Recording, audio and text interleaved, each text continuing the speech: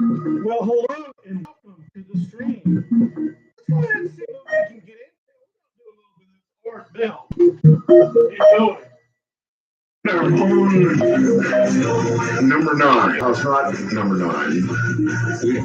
Somebody sent me a picture, and I'll be glad that with this artifact on the big red arrow pointed to it on Mars. And I thought, yeah, that's no number nine, but could be a 6 or a 7. Maybe 6 or 7. Anyway, it's at artbell.com if you want to go take a look. It is pretty weird. I mean, there's a lot of weird stuff on Mars that you just can't account for unless you say old Russian mission, something like that.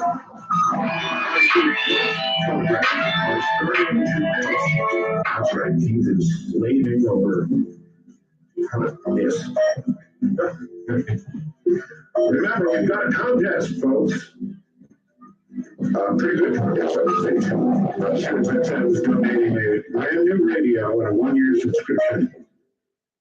Consider that that's no minor matter. And it goes to the person with the best ghost photograph as judged by the audience, all of you. It's all about all of you. You will decide who gets it.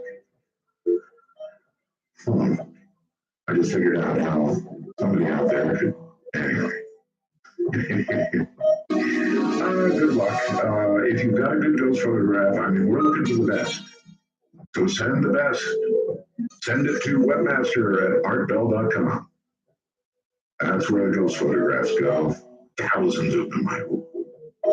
Not really, for Keith's sake. Send it to webmaster@artbell.com. And for ghost stories, we are going to have Spooky Matter on Halloween night.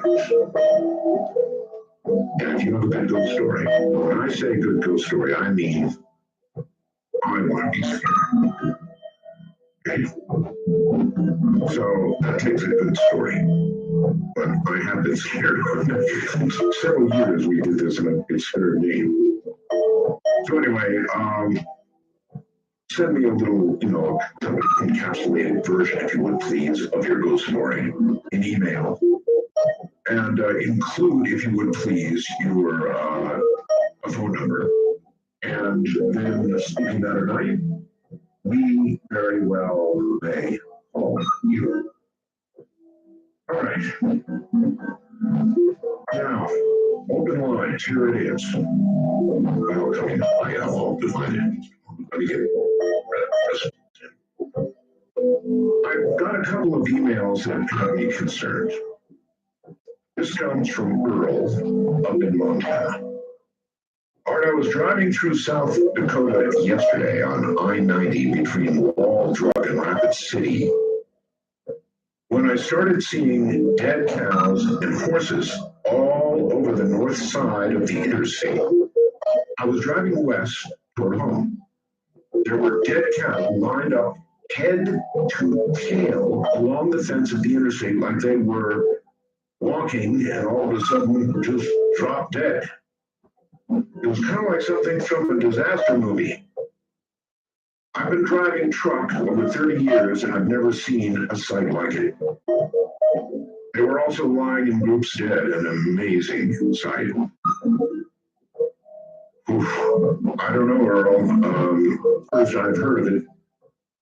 I know there was rough weather up there. Whether that had something to do with it or not, I don't know, but you're right. It's like seeing out of a movie. That's freaky. The nation's economy is on the line. President Obama and congressional leaders grouped inconclusively.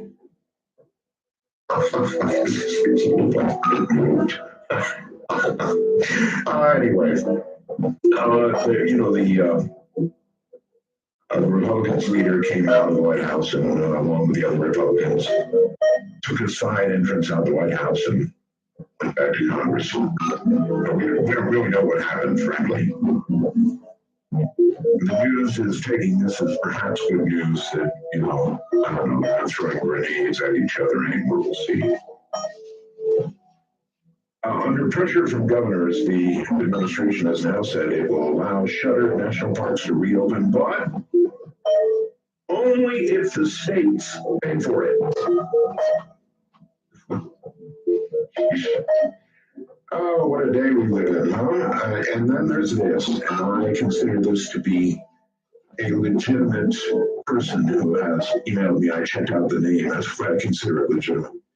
All right, please don't give my name, but I work for the FDIC.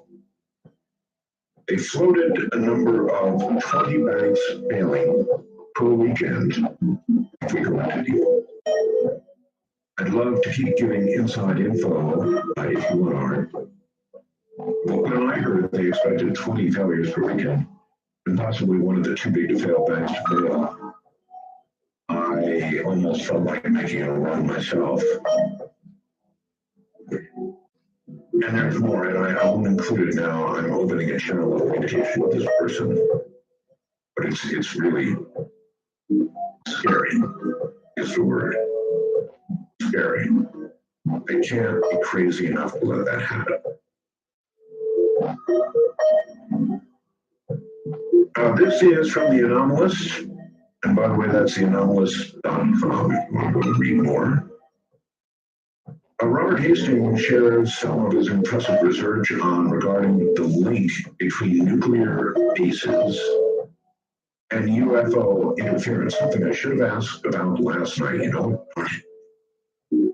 with a collection of interviews with launch officers, and there are launch officers who have witnessed firsthand UFO encounters, indicating a disturbing level of interest in our nuclear power and weaponry.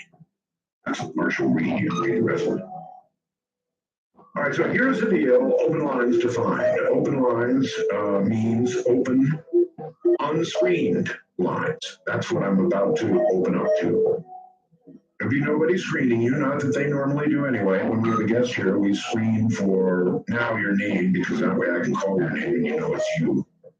And the fact that you have a legitimate question for the guest, and that's it.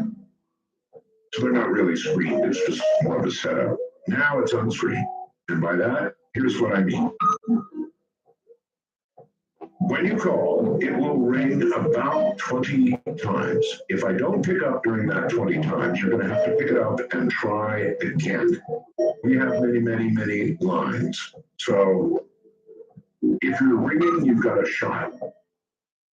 Now, what I'm looking for tonight is anything. Anything goes. I don't care. If you're a time traveler, by all means, I want you to call in. Sounds crazy, right? Time travelers? Not so crazy, actually. If there are time travelers, the big question is, then where are they?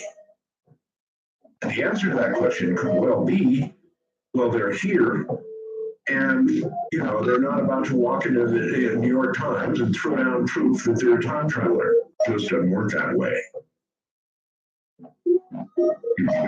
You'd be in big trouble. Big trouble. Probably never make it out alive. So I understand that they could be in our timeline and not exactly really vocal about it.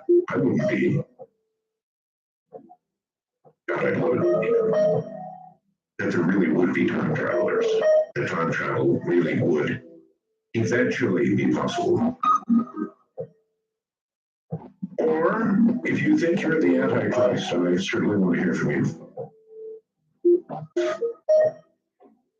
Vampire zombies, or just plain old peoples, humans. Whatever's on your mind is fair game. The numbers are simple. I love our number. It is so simple, 855-REAL UFO. Now, set your mind at rest. It is a free call.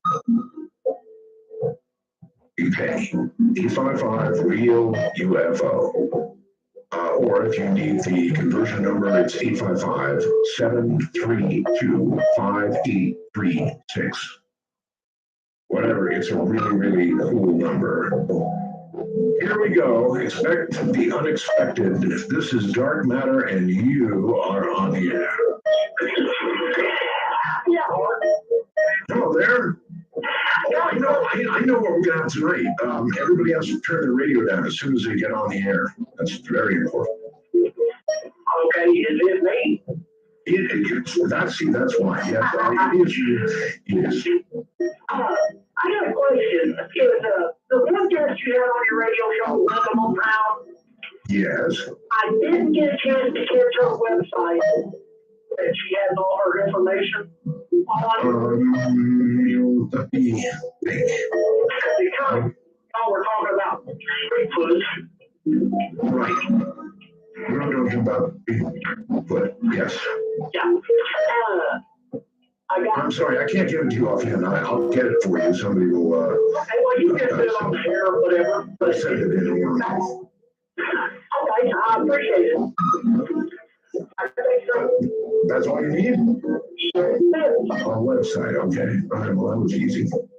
Somebody sent it to me in a word phone. I just think that I've heard it a million times. You'll get old, you'll see. Hello there, Dark Matter, you're on the air. Hi, is Benjamin Barron? It is who? Benjamin? Benjamin, how you doing? All right, thank you for listening to it. I've been catching a few of your shows, and I've been kind of just interested in your show lately. Me too. I was listening yesterday, and I was hearing you guys talking about nuclear power and energy stuff like that. That's correct, yes. I was kind of wondering, how much energy does like a lightning strike produce? It produces a very, very great deal of energy. However, capturing it and storing it, if that's what you have in mind, is it? Yeah. Is not so easy. Very high voltage, very high current will kill you quite quickly if it gets you. But there's no reasonable way. Well, there's a reasonable way to get it, but not store it. That's the problem. Right. Driving by all those wind turbines that you see them putting out there in the Midwest out there. Yes. I was wondering if there's some kind of way to like take some kind of lightning rod, and put them on the field like they are doing those, and using transformers or something to capture and utilize electrical current from a lightning strike. I think it's a very cool idea. Look, number one, I don't think you want to use them as lightning rods, although you could have a lightning rod on them, and I'm sure they do have lightning rods on them.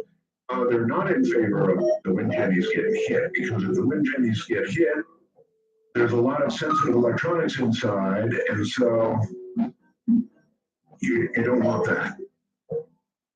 By the way, let me stop and tell you a story. I'm sure you've all mostly heard the story of my very large antenna, right? I've got 5 acres here, and I have a large double loop that circles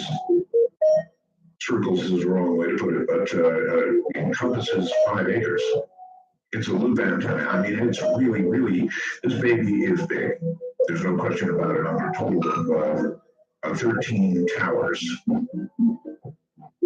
Now, this antenna does something pretty weird, and I'm going to outline it right now because I know it'll be a source of some discussion.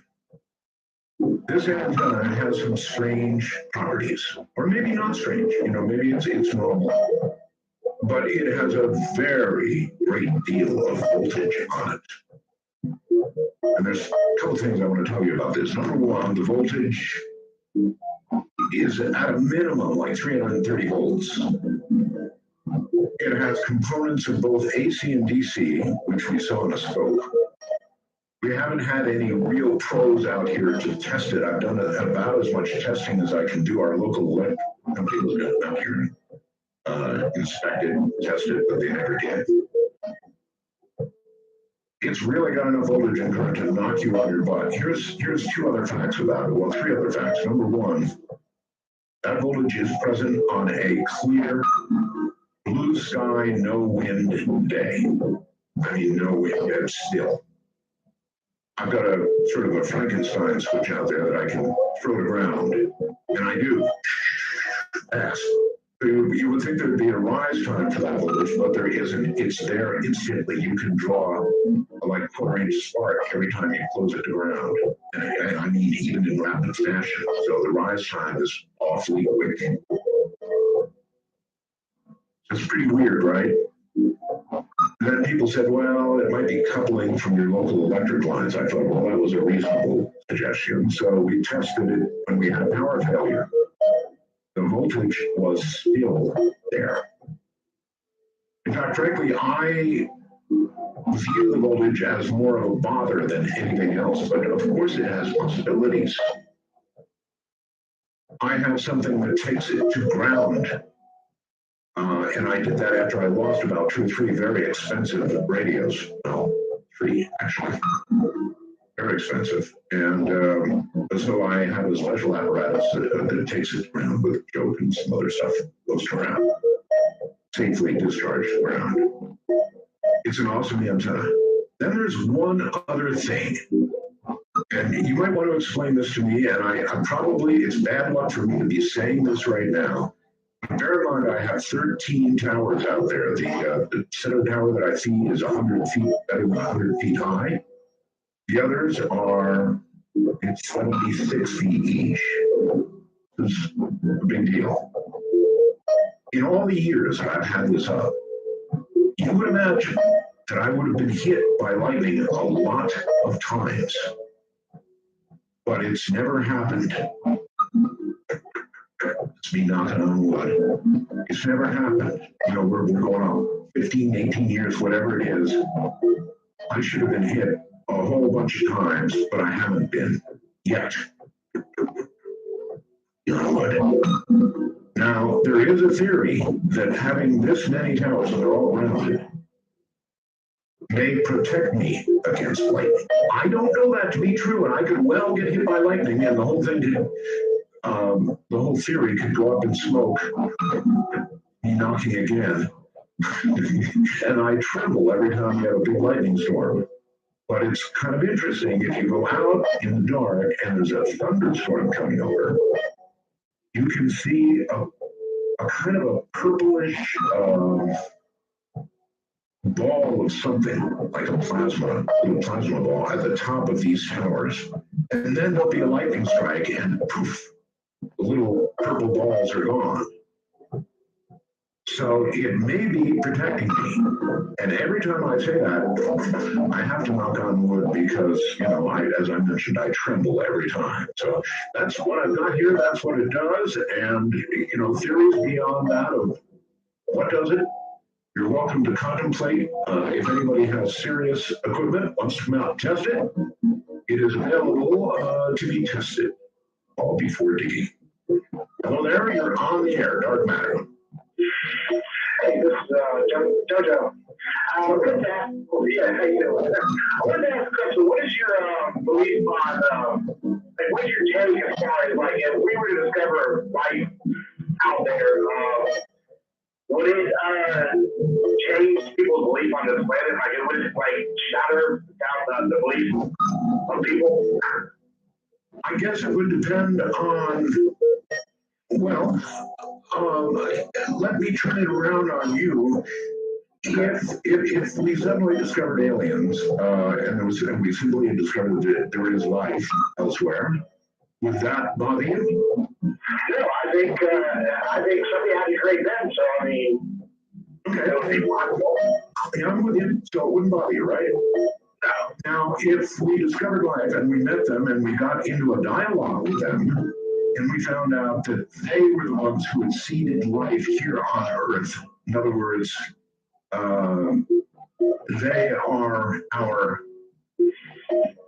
parents. Right? Would that bother you? Yes, that would. Yeah, see? There you go. Well, I've been a big fan of the show for a very long time, so. Thank you very much for the call and take care. Yes, I think that's the way it would go for the majority of people. Aliens? Oh, okay. If they come down holding the Bible and saying, we too believe in God, okay, aliens, no problem. If they come down and say, look, you were seated here just like we were by the Time Tree civilization, 3 stars to the right, then there'd be trouble. Big trouble. Hello there, Dark Matter, and you are on the air. Hello, my name is Larry. I'm calling from northwestern Minnesota. Thank How you doing, Larry? Good. I've been a long time listener, and this is my first time I've ever been able to get through to you. And I have a special request that of a guest that I would like you to interview and have on your show. Well, Paul Bowman, my producer, is surely listening right now. I'd like you to, if it's possible for you to have a person by the name of Gordon Lightfoot. I think he'd be an interesting guest for you to have. Oh, I love Gordon. I had Gordon on before. You missed that, huh? Well, apparently I did. But perhaps I'll go to a website and find it in an archive and watch it. And I saw him at a concert 2 weeks ago, and I think he's a really interesting man. Well, he certainly is, and he certainly does sing well, doesn't he? I mean, if you actually, I was sort of into that earlier. If you stop and you listen to the lyrics of a lot of songs, there's wisdom to be found there. He writes great songs. There's no doubt about that. His words tell a story when he's singing. That's fact. It's really poetry in motion. Right. It certainly is. All right, my friend, I'll put Gordon down. Thank you. All right, thank you very much. You know who Gordon Lightfoot is, right? No? It's back in the days when people made actual music. What has happened to our music? That's also a good open lines question. Anybody wants to try and answer it? You're kind of onto what I play, right? All from, well, the era when, in my opinion, they made real music. What are they making now? I don't think I'll open that one. You know, I want the language here clean. Hello there, Dark Matter, and you're on the air. Yeah, my name is Ryan, and I'm calling from the Pacific Northwest. Hey, Ryan. I'd like to say hi to all my friends out there that are listening. I wanted to bring Are you sure you have friends out there? well, I think I might do. I might have a couple out there. Hopefully, I don't have too many enemies. I wanted to bring up a case. I know where there's a video and a case that occurred where you can the photographs of this UFO are so incredible that you can almost see. I'm a little bit nervous here. I don't want to take photographs of the actual. Stop. Take a real deep breath, just relax. And you're going to tell me about a cool case with cool photographs of the UFO. And I'm really interested. So, where would I see these photographs? Well, there was a video of a UFO over the ocean near Turkey, and the video was so clear, so close that you could see what looked like figures standing inside. And if you didn't, You got my attention. Where do I see it? well, I was going to say that if you're going to have Roger Lear on as a guest in the future, he has images and he has videos.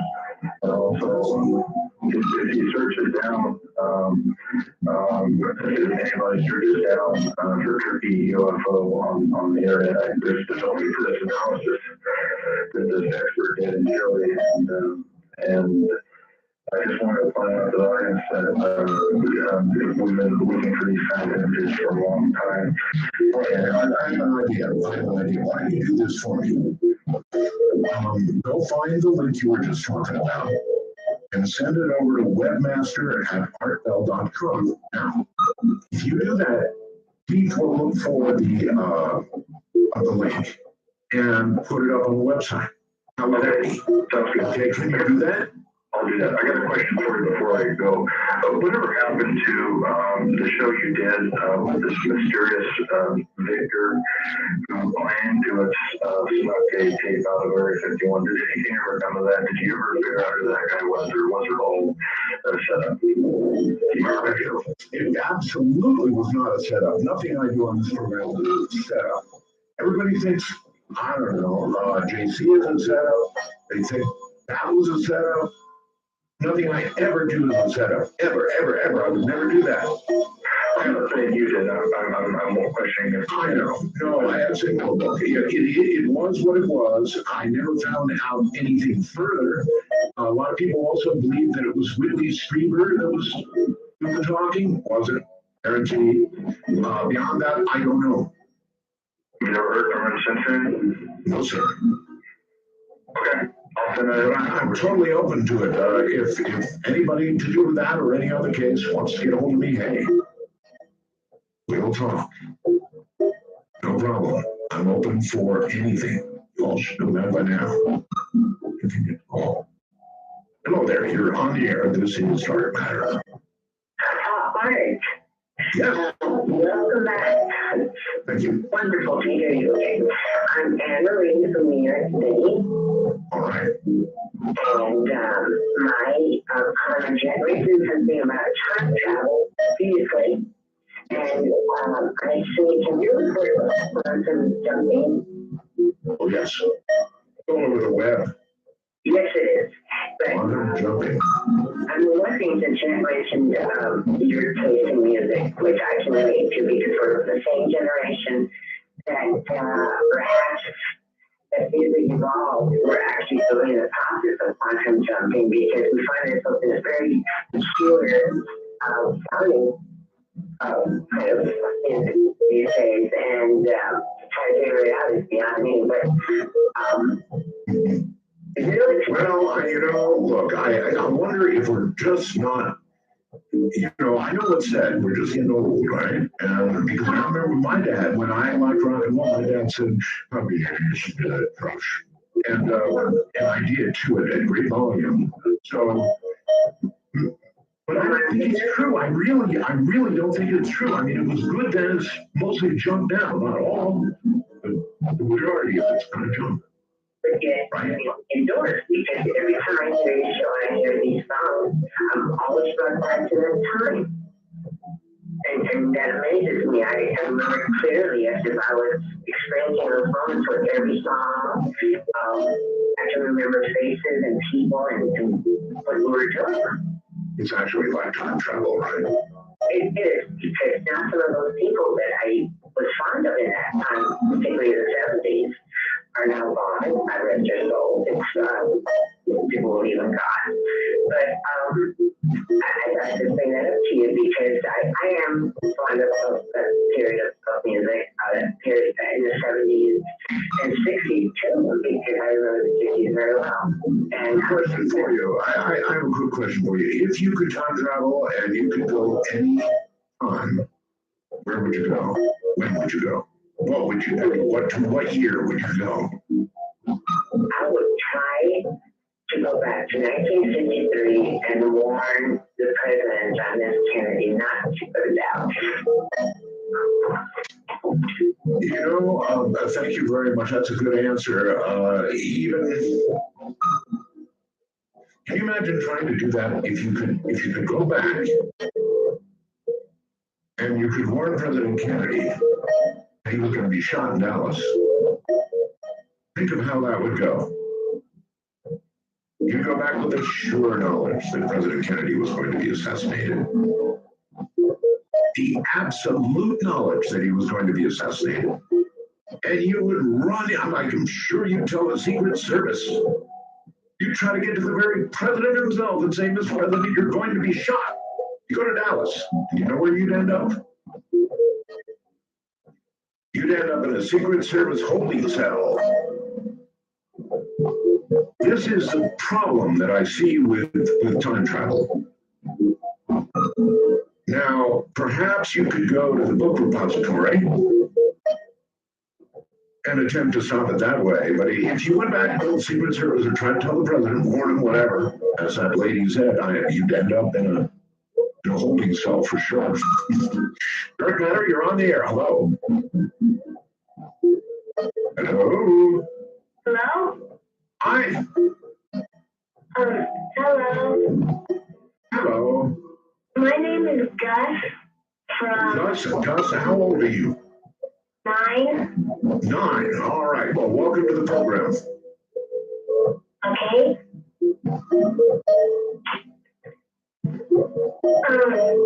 I was wondering, do you know whatever happened to Dallas Thompson? No, I don't. I'm not familiar with Dallas Thompson. Well, You tell me, who is Dallas Thompson? well, my friend John, he gave my dad a CD Yes. from one of your interviews with Right. someone named Dallas Thompson, and he was trying to fly a helicopter to the center of the earth. Really? Dallas Thompson. I know. I would be her. And he said there was a hole in the Well, I remember somebody who talked about a hole in the earth. yeah. I don't remember the flying the helicopter to the center of the earth part, though. Okay. I'll see what I can find out for you, buddy. Okay. All right? Thank you very much. Right, bye-bye. See, you see? This is why we keep the language clean here. Quick demo online. Dallas Thompson. Dallas Thompson. That name really isn't ringing a bell. The hole in the earth, actually way up north, is vaguely familiar. Flying a helicopter into it, not. Dark Matter, you're on the air. Hello. Hey, how you doing? Very well, sir. Hey, thanks for taking my call. I've got a couple things to run by you, but I don't know if you have time for both of them. But my name's Scott. I'm calling out of Las Vegas. Okay, Scott, Did you ever hear that? do you know who Dallas Thompson is? No, it doesn't ring a bell. No. All right, go ahead. Yeah. Have you ever heard that a lot of people, I've been wanting to share this, especially with somebody like you. I think your audience would be interested in this. It's prophecy to some degree. Did you ever hear that the year 2000 people really, there's a lot of people that believe that the year 2000 wasn't the year 2000. I heard that, yes. Yes. The year 2001 was actually the year, yeah, because of a calendar mix-up or something of that nature. I had heard that. Also, I had heard that Christ wasn't born in September. He was born in December. He was born in September, which makes sense because he was in the womb in December and Christ was on earth essentially in December. So you see the light, and it may have taken him 9 months to get there, the wise men and all that. And I heard that he was born in September, and it's my personal belief that the real Christmas, the real birthday of Jesus Christ is September 11th. And it was 2,000 years to the day that 9/11 happened. And this conflict will go on, in my opinion, for 33 years, paralleling Christ's teaching and Christ's life. 2,000 years later, it'll wrap up, in another 21 years. And on a Friday, and maybe, I don't know, I don't know if it'll be that detailed, but that's my opinion. Or not, that's just one thing I had thought that it's the beginning of the end and the beginning of the Holy War. And you had to have a major catastrophic occurrence on that day, and that was 9/11. So, All right, so the whole thing, gee, I hate to think that. I just really hate to think that. I'm willing to go along with, we've got a whole lot of dates wrong. I'm sure we celebrate some things on the wrong days. of information slips away, but I really hate to think that those two dates are tied together. But you never know. Vince Thompson was, I guess, on with me about 11 years ago. 11 years ago. And he did have an idea, I guess, to fly. Nobody knows what's happened to him. Because there was whatever happened to Dallas Thompson thing out there. But he was apparently going to fly a helicopter into the center of the earth now. That idea would take some serious thought because if, presuming there was a hole big enough, presuming you could get a helicopter, I would think that you would run out of fuel before you ever hit the center of the earth. I mean, way before. And that would be very disappointing. Personal point of view. What about a solution you have for that? You're on the air on Dark Matter. Hello. Hi, Art. Yeah, my name's Paul. I'm a truck driver from the Northwest, from the Seattle area. I happen to be in Portland today, but earlier this afternoon, I was near Mountain Home, Idaho. Yes, And I happened to witness what appeared to me to be an ICBM launch. I came up over the horizon, shot up the sky, accelerated like nothing I'd ever seen before, and shot across the sky to the east.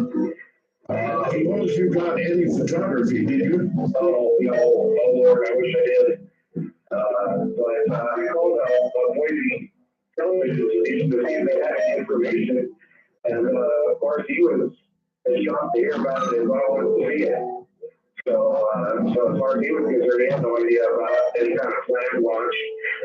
Of course, I had my fingers crossed for a while there, wondering if I was going to hear on the news about something on the other side of the world this weekend. Fortunately, never heard anything like that. So as far as I know, it was probably just a test launch. But he thinks that they've informed the local TV stations they were going to do something like that. I must say, that's always been one of my biggest fears. Some of the old Armageddon type movies where you suddenly see all these ICBMs beginning to launch. That's a scary thought, isn't it? You got about, at best, 25, 30 minutes or so, and then it's maybe. Yeah, I was expecting to see a forest of them start taking off if it really went awry. Well, that's just, a bunch of those contrails. That's thank you very much. We'll look for any confirmation of what you saw. I mean, who knows what it was, but yes. Those movies where you expect to see them just sprouting out of the earth suddenly. And you know that in 20, 30 minutes, it's all over. They go over the pole, that's about as long as it would take, right?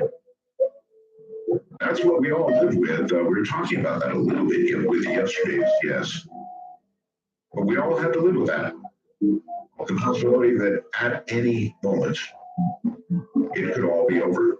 And there were moments where, I was in the Air Force at Amarillo Air Force Base, and I remember picking up the DEFCON phone when they raised the DEFCON level in the Cuban crisis. I was a young airman, and I picked up there's a DEFCON phone at every facility. And I picked it up, and I think all the blood drained out of my face. It was pretty freaky.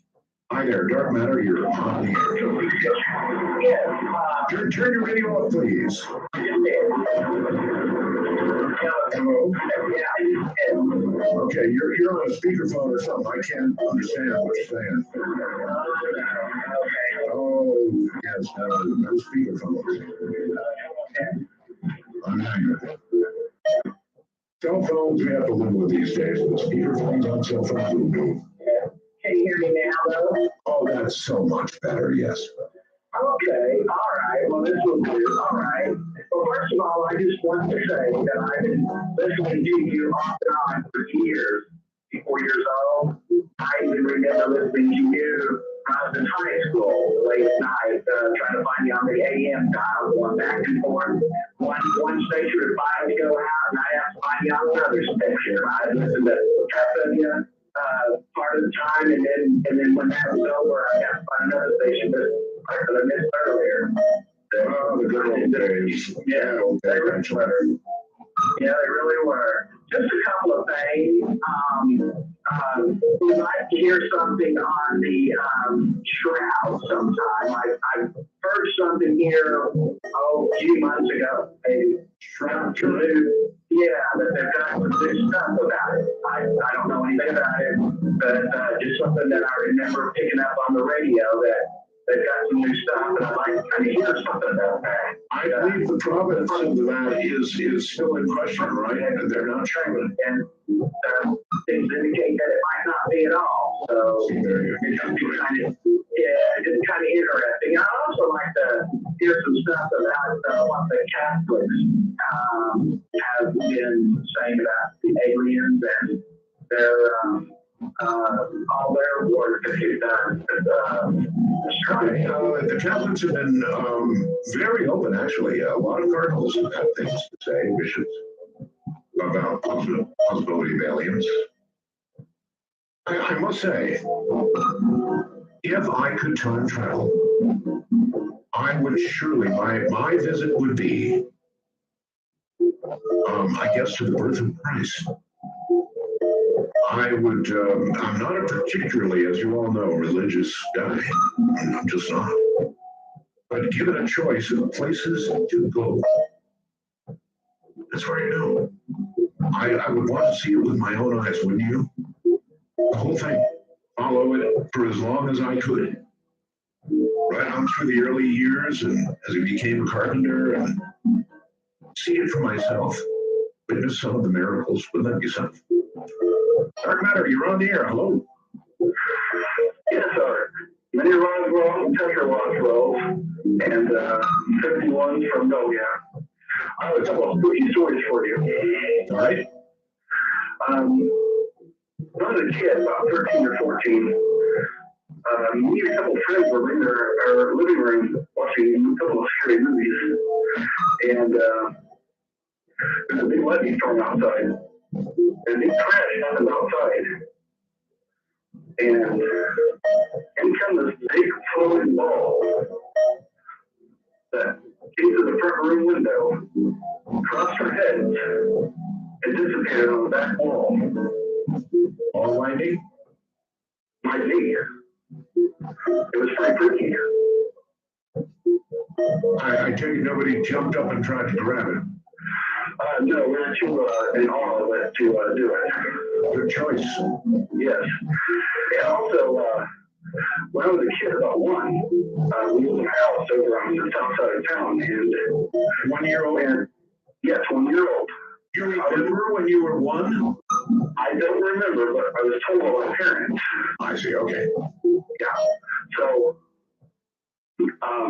the gas on the stove would turn on at random times during the evening, and the toilets would flush at random times, and nobody was in the bathroom. And there was a room upstairs that it could be cold as hell outside, and it'd be warm, like 90 degrees. And when it was warm outside, it'd be cold as heck in that room. That's pretty weird. Yeah. I'm afraid that if, my gas was coming on by itself, I'd be thinking somebody was trying to do me in. Yeah, well, that'd be a pretty good assumption. But my dad and my mom went to Illinois to get some cold water from my very Catholic great grandmother. Oh, really? Yes, and they brought it back to the house. And my grandma on my mom's side took the holy water upstairs and sprinkled it on the door frame and said, if there's any evil spirits in this house, get out. And the door frame shook. It would have been so cool to see that. Thank you very much. On video or something.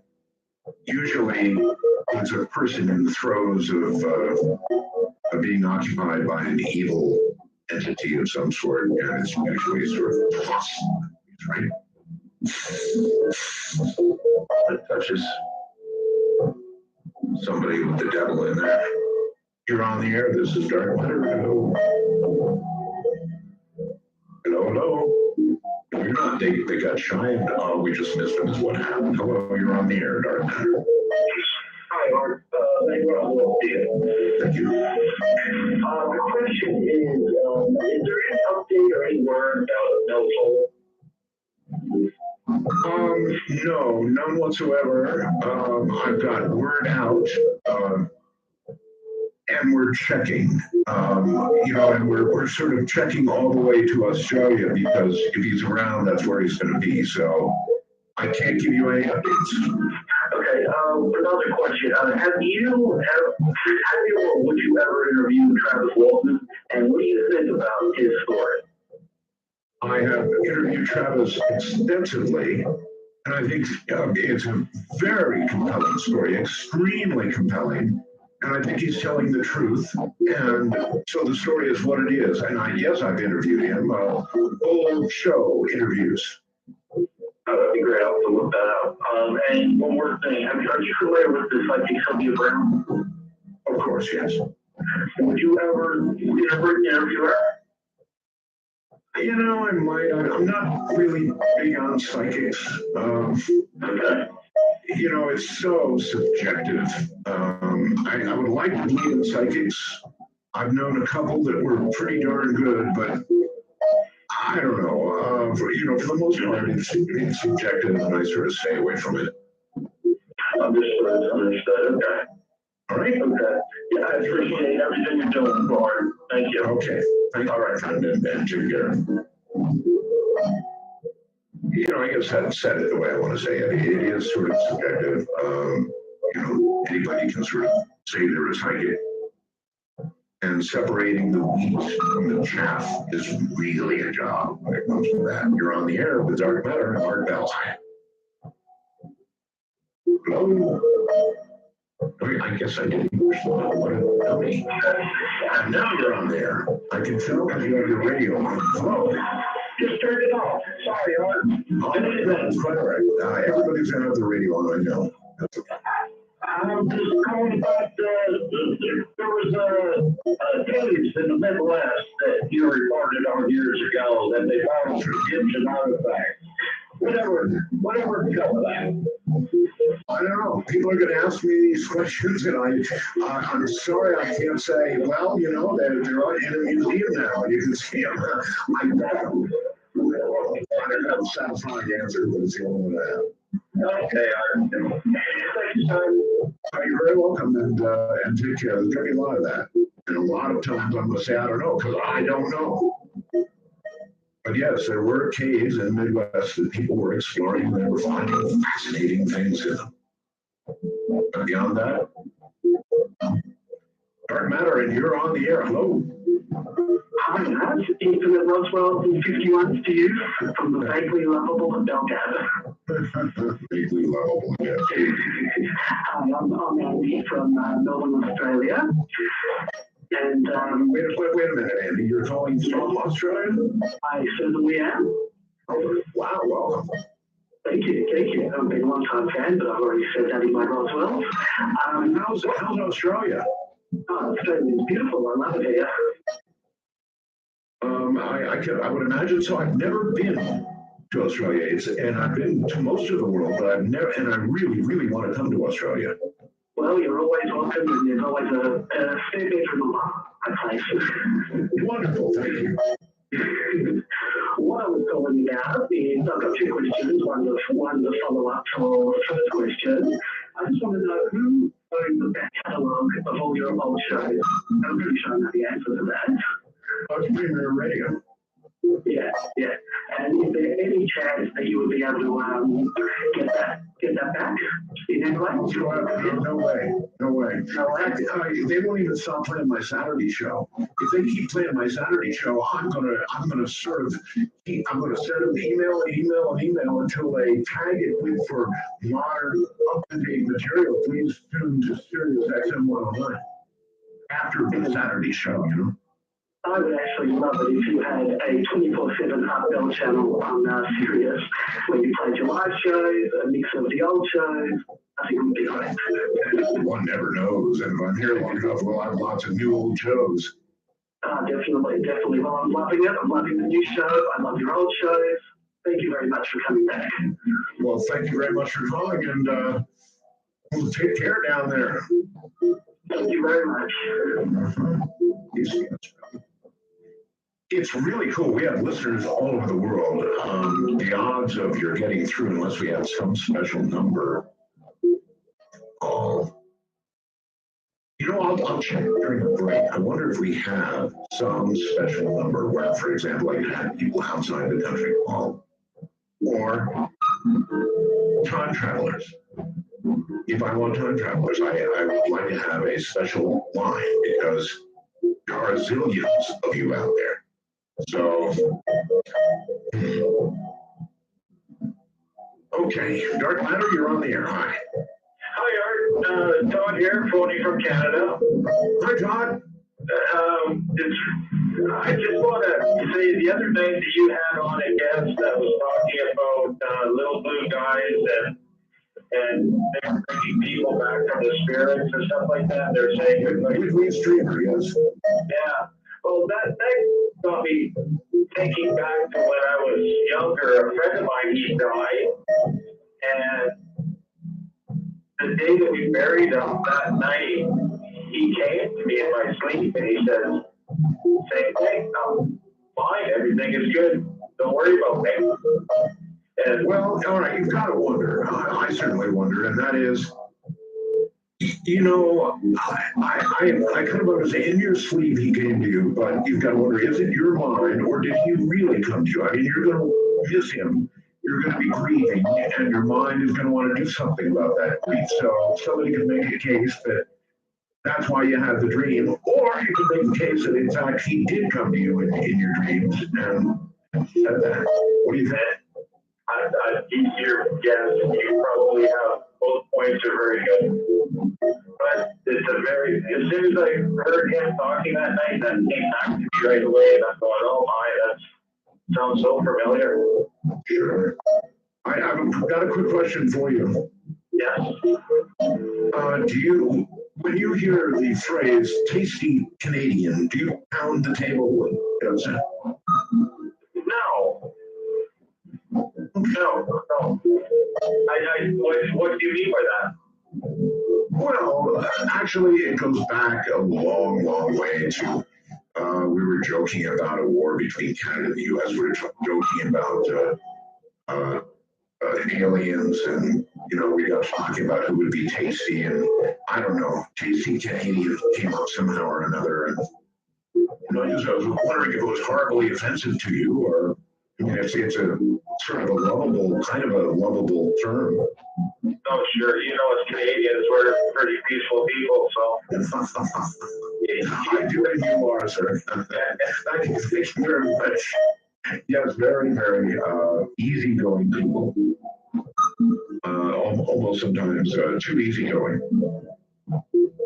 Interviewing Canadians is always interesting because they're sort of, I'm not sure what the right word for it is, but very matter of fact and very interesting people.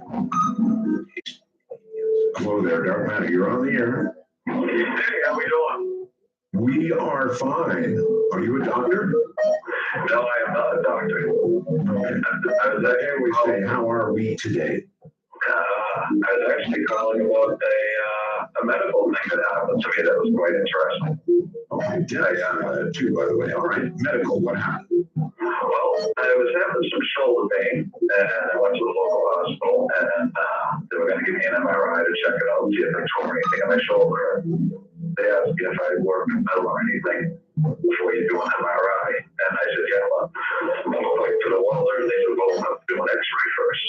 So they x-ray up around my head, my shoulder area. And I said, oh, you have a piece of metal in your shoulder. I didn't think anything of it. And I said, no, maybe, something gets under the skin.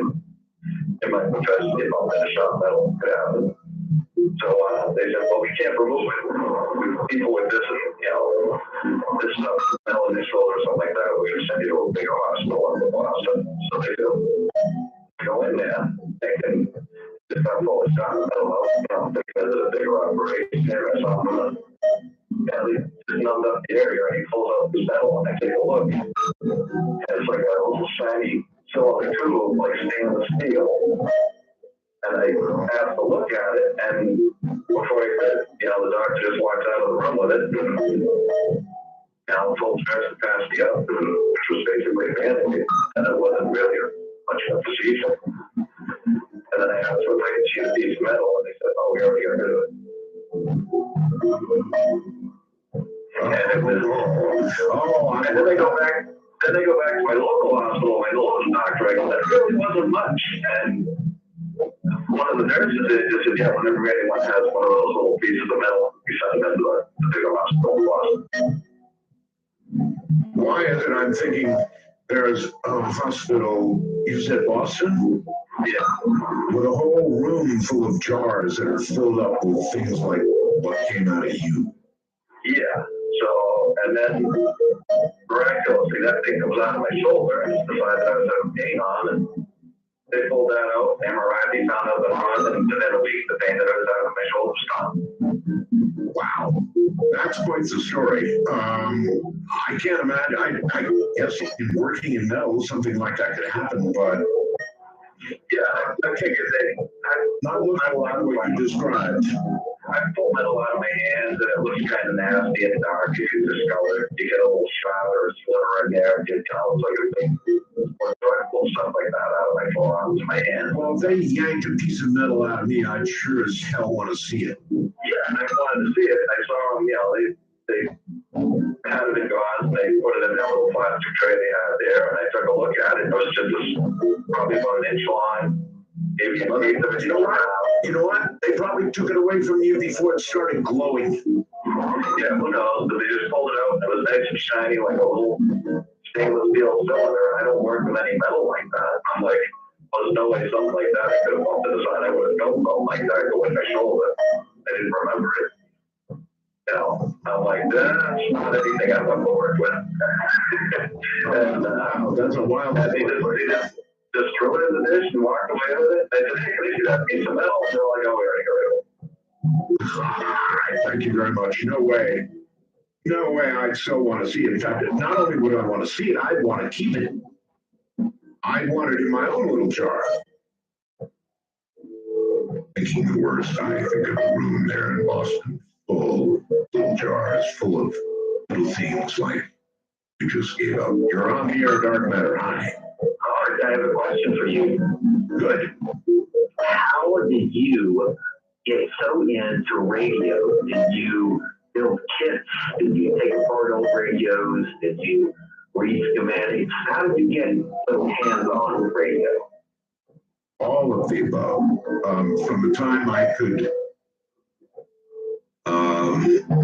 go around the neighborhood and collect. I did this actually. I'm not proud of it.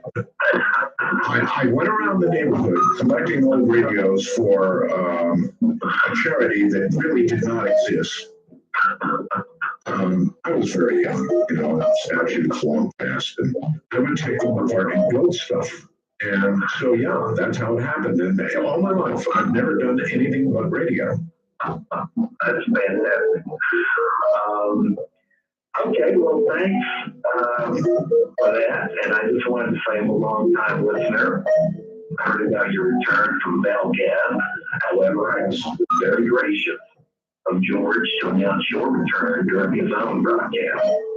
Yes, that was so gracious. And I guess thanks for the ride. I'm listening again.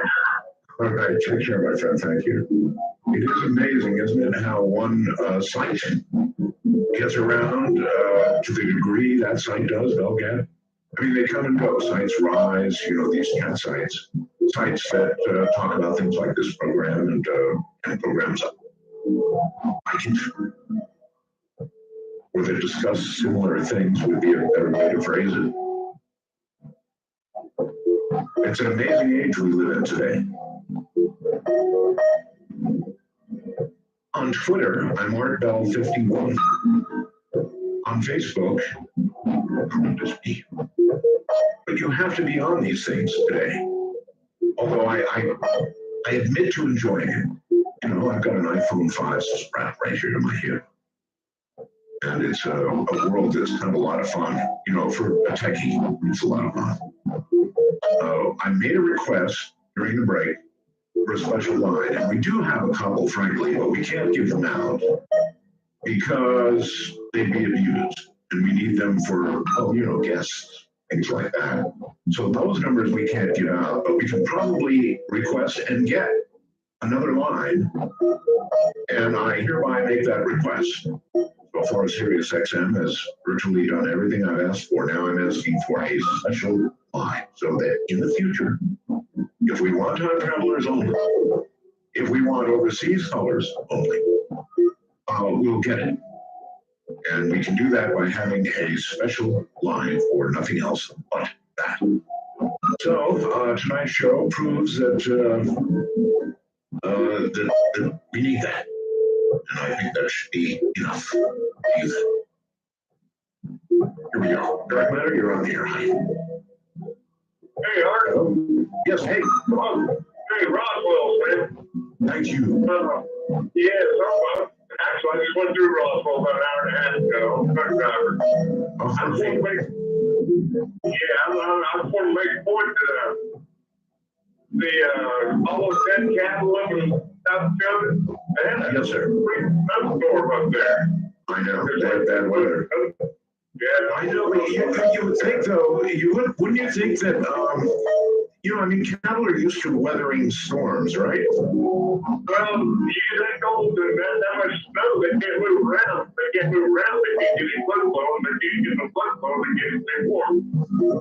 They all huddle together, but they do freeze from that. That happens in the out the west a lot. Back in the old days. The reason I called tonight, I'm one of those lucky people I have been a victim of that spot. Where I was in New Mexico, going between Santa Rosa and Las Vegas. I was headed up the hill, and I come up over this hill. I'm a truck driver, and I come up over this hill, and I've got real good bright lights on my truck. But I saw there's a white house on one side and a white barn on the other side. Both of them have these outdoor lights. And I saw shadows coming across the house there. So I was like, man, that's headed right for the road, you know, so hair on the back of my head standing up right now still freaks me out. But I saw this shadow coming across this house, and it got my attention because it was headed for the road.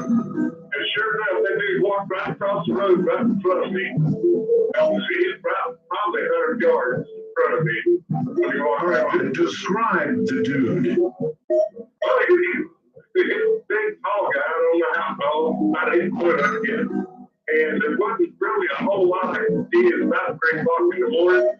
And there was The dude covered with hair? Yeah, it was real dark hair. You couldn't really see a lot. The light didn't penetrate enough to see anything. I mean, you could see the guy walking across the road. Because reflecting on stuff, you know. Okay, we're beginning to lose. I'm sorry, we're beginning to lose you. So you got to look not enough to know about 8 feet tall and hairy. Yes, he's cellular phones. There is a movement. I'm going to say this. To increase bandwidth, and let me explain to you what that means.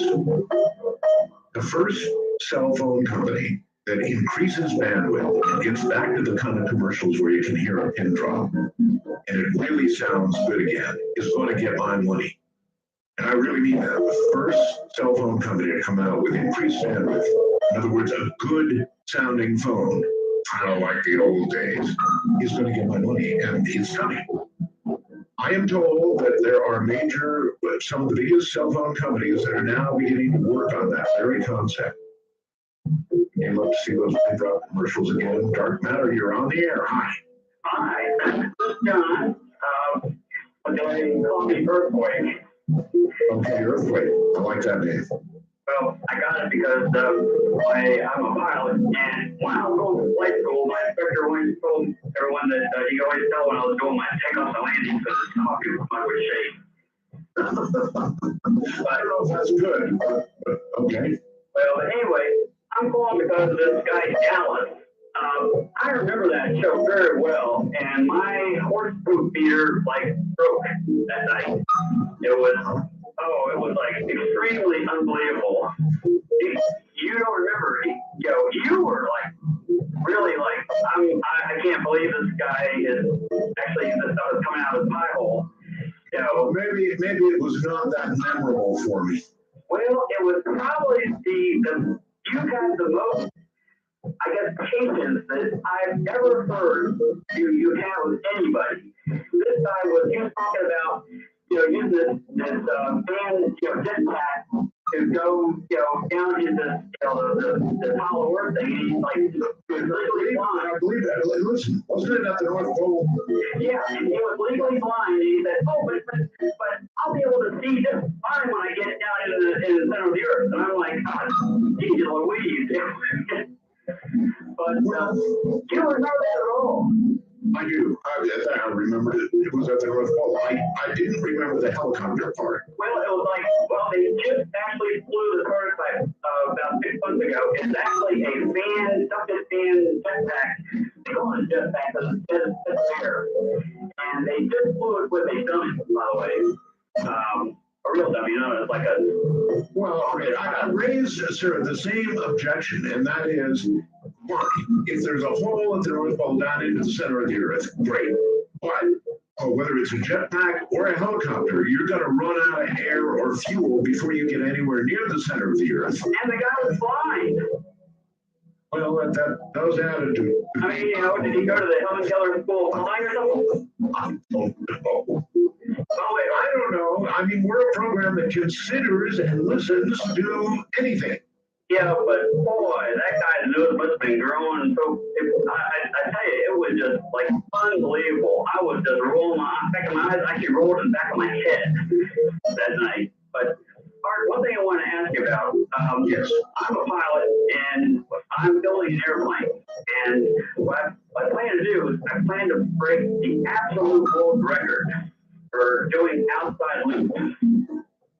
Now, my only problem is I had been sick for the last 7 years. I've had MRSA 7 times. I've had 6 or 7 back operations. I became diabetic. I had to sell the airplane I had then, but I became non-diabetic. I lost weight and I got off some medication I was taking. And my problem is I need I don't know, 25 grand or so to get this record finished. And I have no idea how I'm going to come up with this money, especially now with, the government going broke. Geez, I was even hoping maybe, talk to somebody about getting a grant or something. But do you have any idea how one could get an airplane finished in this world right now? I mean, I have the engine. I actually helped design it. The plane is going to be stressed for 9 G's positive, 6 G's negative. And, I think I could do it. The woman who has the record, she did 206 outside loops, but she had a husband who was a multi-millionaire. Listen to me, if a guy with horns, kind of glowing red, came to you and said, "Look, son, I know you need 25 big ones to build this plane. All I need is your signature down here at the bottom. It's this little soul thing. And you sign this and you get it." I'm crazy. I'm not stupid. But no deal, huh? But I will do a lot of things, but I won't sell mine or anyone else's soul. In fact, I'm the guy that if the guy See, that's what I call serious faith, my friend. Serious faith. Well, I think sometimes good things happen, but I'm the kind of person that there was a movie out where some guy will come to a couple with this box with a button on it, and you push the button, you became a millionaire, but then someone else in the world died. That's right. I was not on the deathbed. I would do that? not on a hotbed. No, absolutely not. But then again, you know, nice guys don't get the airplane smashed. Yeah, that's right. Look, a lot of people would say, you know, I really don't believe in all of that anyway. Sure, I'll sign here you go. How many of you would do that? $25,000. It's a guy with horns and he's glowing a little reddish color. And yeah, his eyes are kind of glowing red. But he's got 25 grand in cold, hard cash. All you gotta do is put a signature on that line.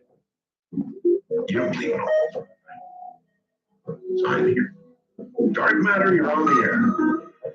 Art Bell, this is Bill, one of your early truck drivers calling you in. Welcome back, buddy. Haven't heard it for a long time.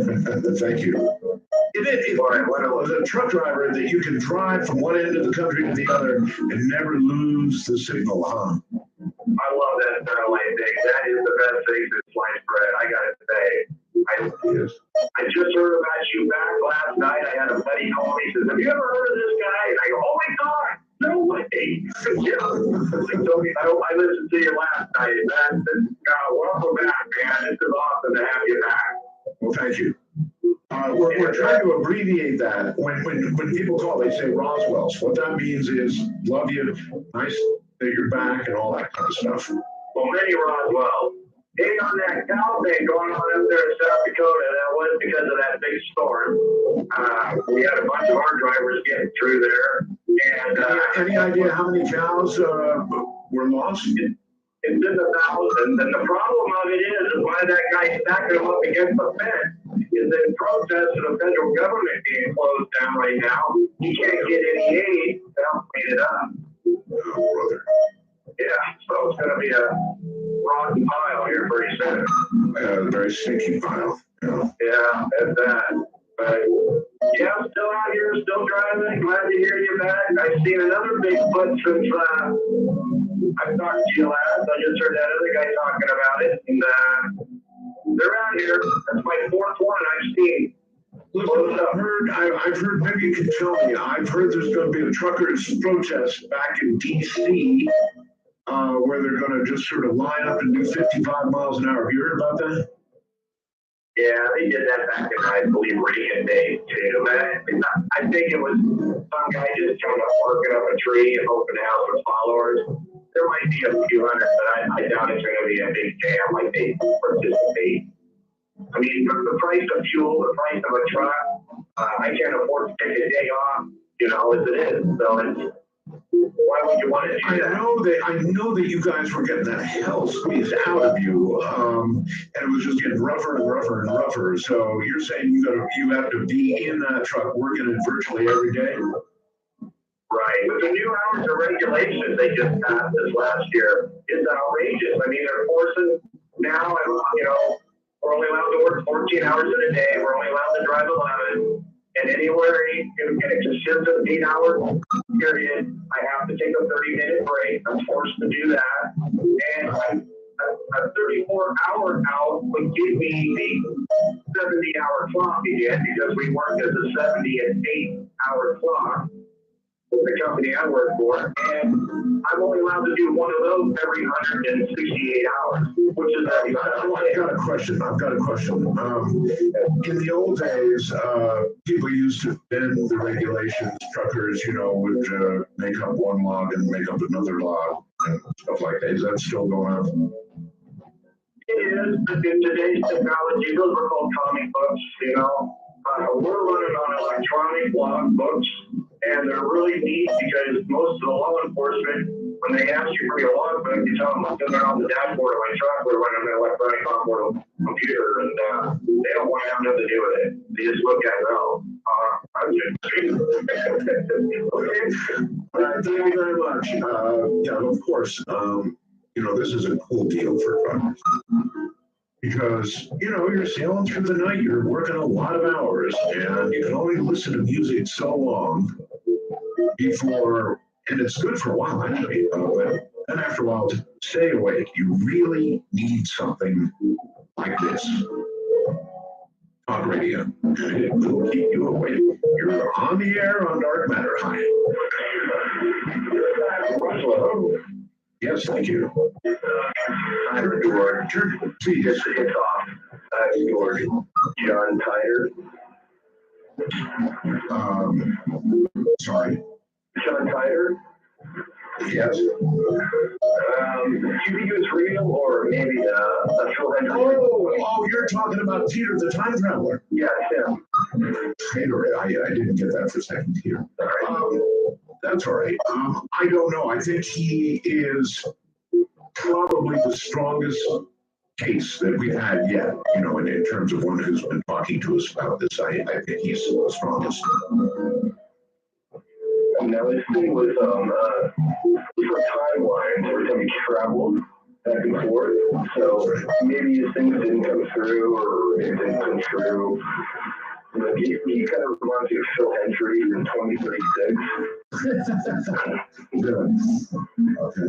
But, no, it's like your thoughts on John Peter. Well, I'd love to hear you. Those are my thoughts.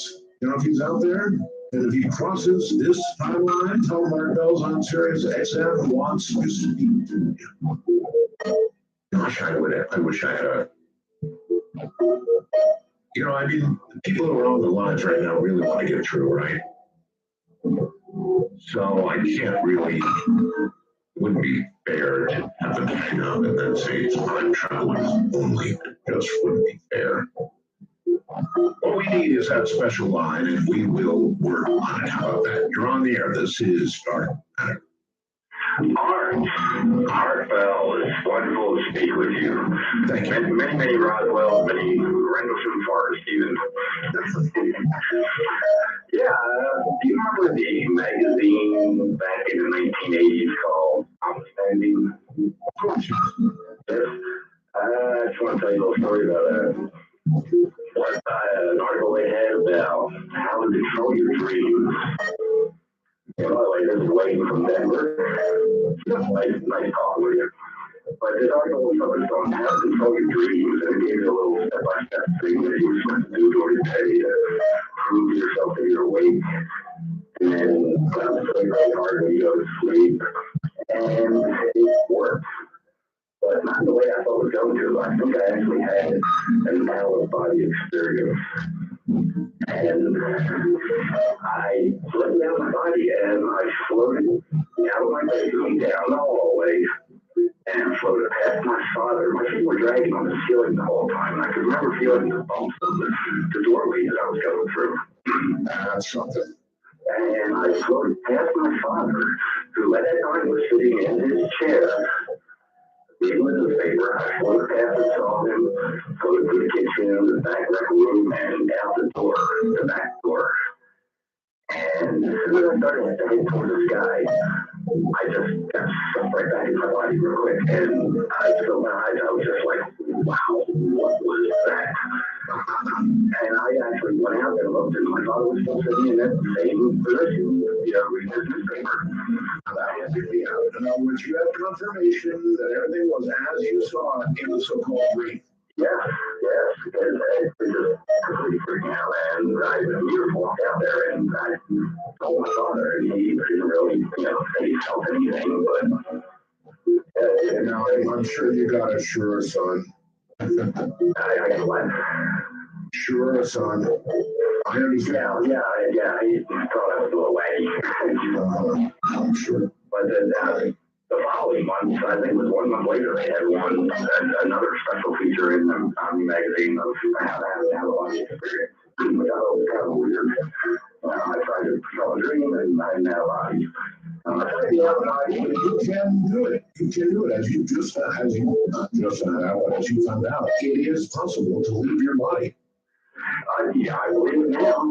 And it took probably maybe 4 or 5 different days of doing this religiously during the day. Read something, go back and read it again, read the same thing, prove to yourself that you're awake. Let me ask you a question. Did it scare you? It scared me when I went out the back door and headed for the sky. And I felt no control. I felt like I was was just going to go wherever and I had no control of it. And I think that's what will snap you right back. That was it, yeah. As soon as I thought it would die. That's right. It was any sort of fright will bring you right back. It's not as though you can stop it. And it's not as though you can prevent fear. Only with extended practice, exactly what I was saying, doing it again and again and again and again, you can begin to get good. And you can leave your body. It's a real phenomenon. I have a complaint about dreams, and I wonder if any of you share it with me. And it is this. Most dreams are okay. I don't have a problem with that. The dreams that I do have a problem with are the ones where you have to work at something. Where you're striving, really trying to get something done, accomplished, whatever it is. And you wake up and you feel as though you have just worked a 16-hour day. I mean, it was serious, whatever it was. It was serious work. And so you wake up without the feeling of being rested. You wake up tired, annoyed at having such a dream. That's the word I would use, annoyed. You're on dark matter. Hello. Hello. Yes, sir. Yes, Ron Wolf here. Yeah, I was just asking about a former guest you had, and you're going to still have him. Ed Dames. Sure, I'd have Ed Dames back on. Yeah, he's pretty good. Sure he is. And you know what? You have to imagine that what he talks about, this kill shot that he talks about, everybody's, he's such baloney because it's never happened. Well, you know what? Some things just don't come true, for example, in this lifetime. In other words, what he's seeing may yet come true. It's a central tenet when he remote views. He sees it again and again and again and again. We may not be here to say, oh, check it out. Ed's right. We're dead. Yeah, one to be enough. Welcome back to here, and now it's sleepless nights again. Thank you so very much. All right, good talking to you. Take care. Sleepless nights. This is the time for things of this nature. Things that may have a bit of a bump in the night. And of course, this is the month for things that really go bump in the night. You are on the air. How dare you? Oh, here we go. Here we go. I don't get to how do you like the impression? How do I like it? It was so good that you heard me begin to respond. I just didn't know it was from Buffalo. Ohio, Very, very funny, Lou.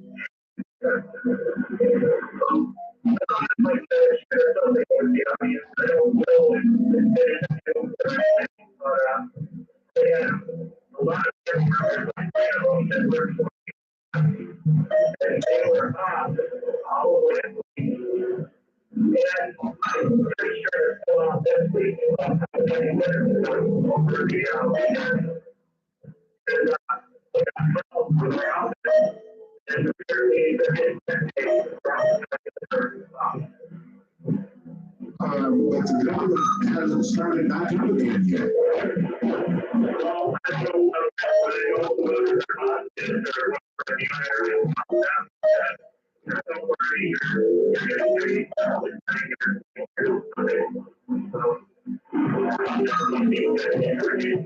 Well, it is interesting. I'm going to have to verify that with somebody else because what I heard was that while most of the government was shut down, the IRS would keep going as usual.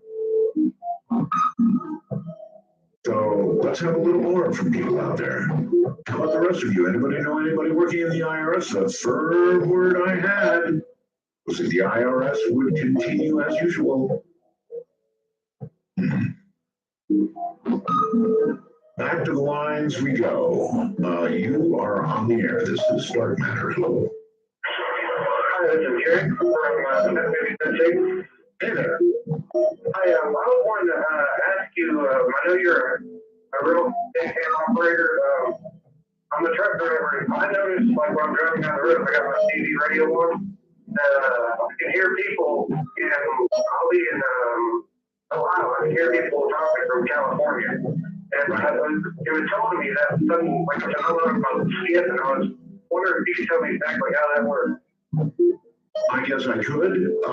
Sure. Turn the radio back on and listen. We are in, we're in a period of time right now when we should have really good skip. But you can shoot all the skip you want, which is not legal. What this refers to is our ionosphere. Radio, when the conditions are right, it depends on the 11-year sun cycle. We should be having fantastic radio right now, but it's not as good as it could be, and as we wish it would be. At 27 megahertz, which is where CP mitigation occur, when the sun is right, when it's angry enough and producing sunspots, and we get flares and all the rest of it, well, that band begins to bounce instead of just going across terrain for, 20 miles at best. It suddenly begins to bounce off the ionosphere and back to Earth. So, if you were to draw a circle Earth and an ionosphere up above, and you were then to imagine your signal goes to the ionosphere and then bounces back to Earth, that's how it happens. And suddenly, you're hearing people from the other side of the country or the other side of the world. And again, it's tied into our 11-year or 22-year, depending on how you want to look at it, sun cycle. We've been all hoping the sun cycle would be a little better, a little angrier, a little better for what we call propagation. But so far, it's been kind of a dud. Now, there's a school of thought that says, look out.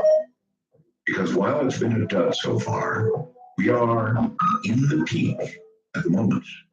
And so the sun could suddenly let go, well, I don't want to say an aim style blast, but it could happen. This is Dark Matter, and you're on the air. Hi. Yes, hey, Art. This is Jason in South Carolina. Hi, Jason. Hey, I just wanted to share a personal story of my cat that passed about 6 years ago. It relates to the whole question of is there souls in animals and pets like that. Sure. So it's just a tidbit, but it's entirely true, and just for people to digest and think about. But this cat was 20 years old. She was pure white, and I was with her when she was born, and of course there when she died.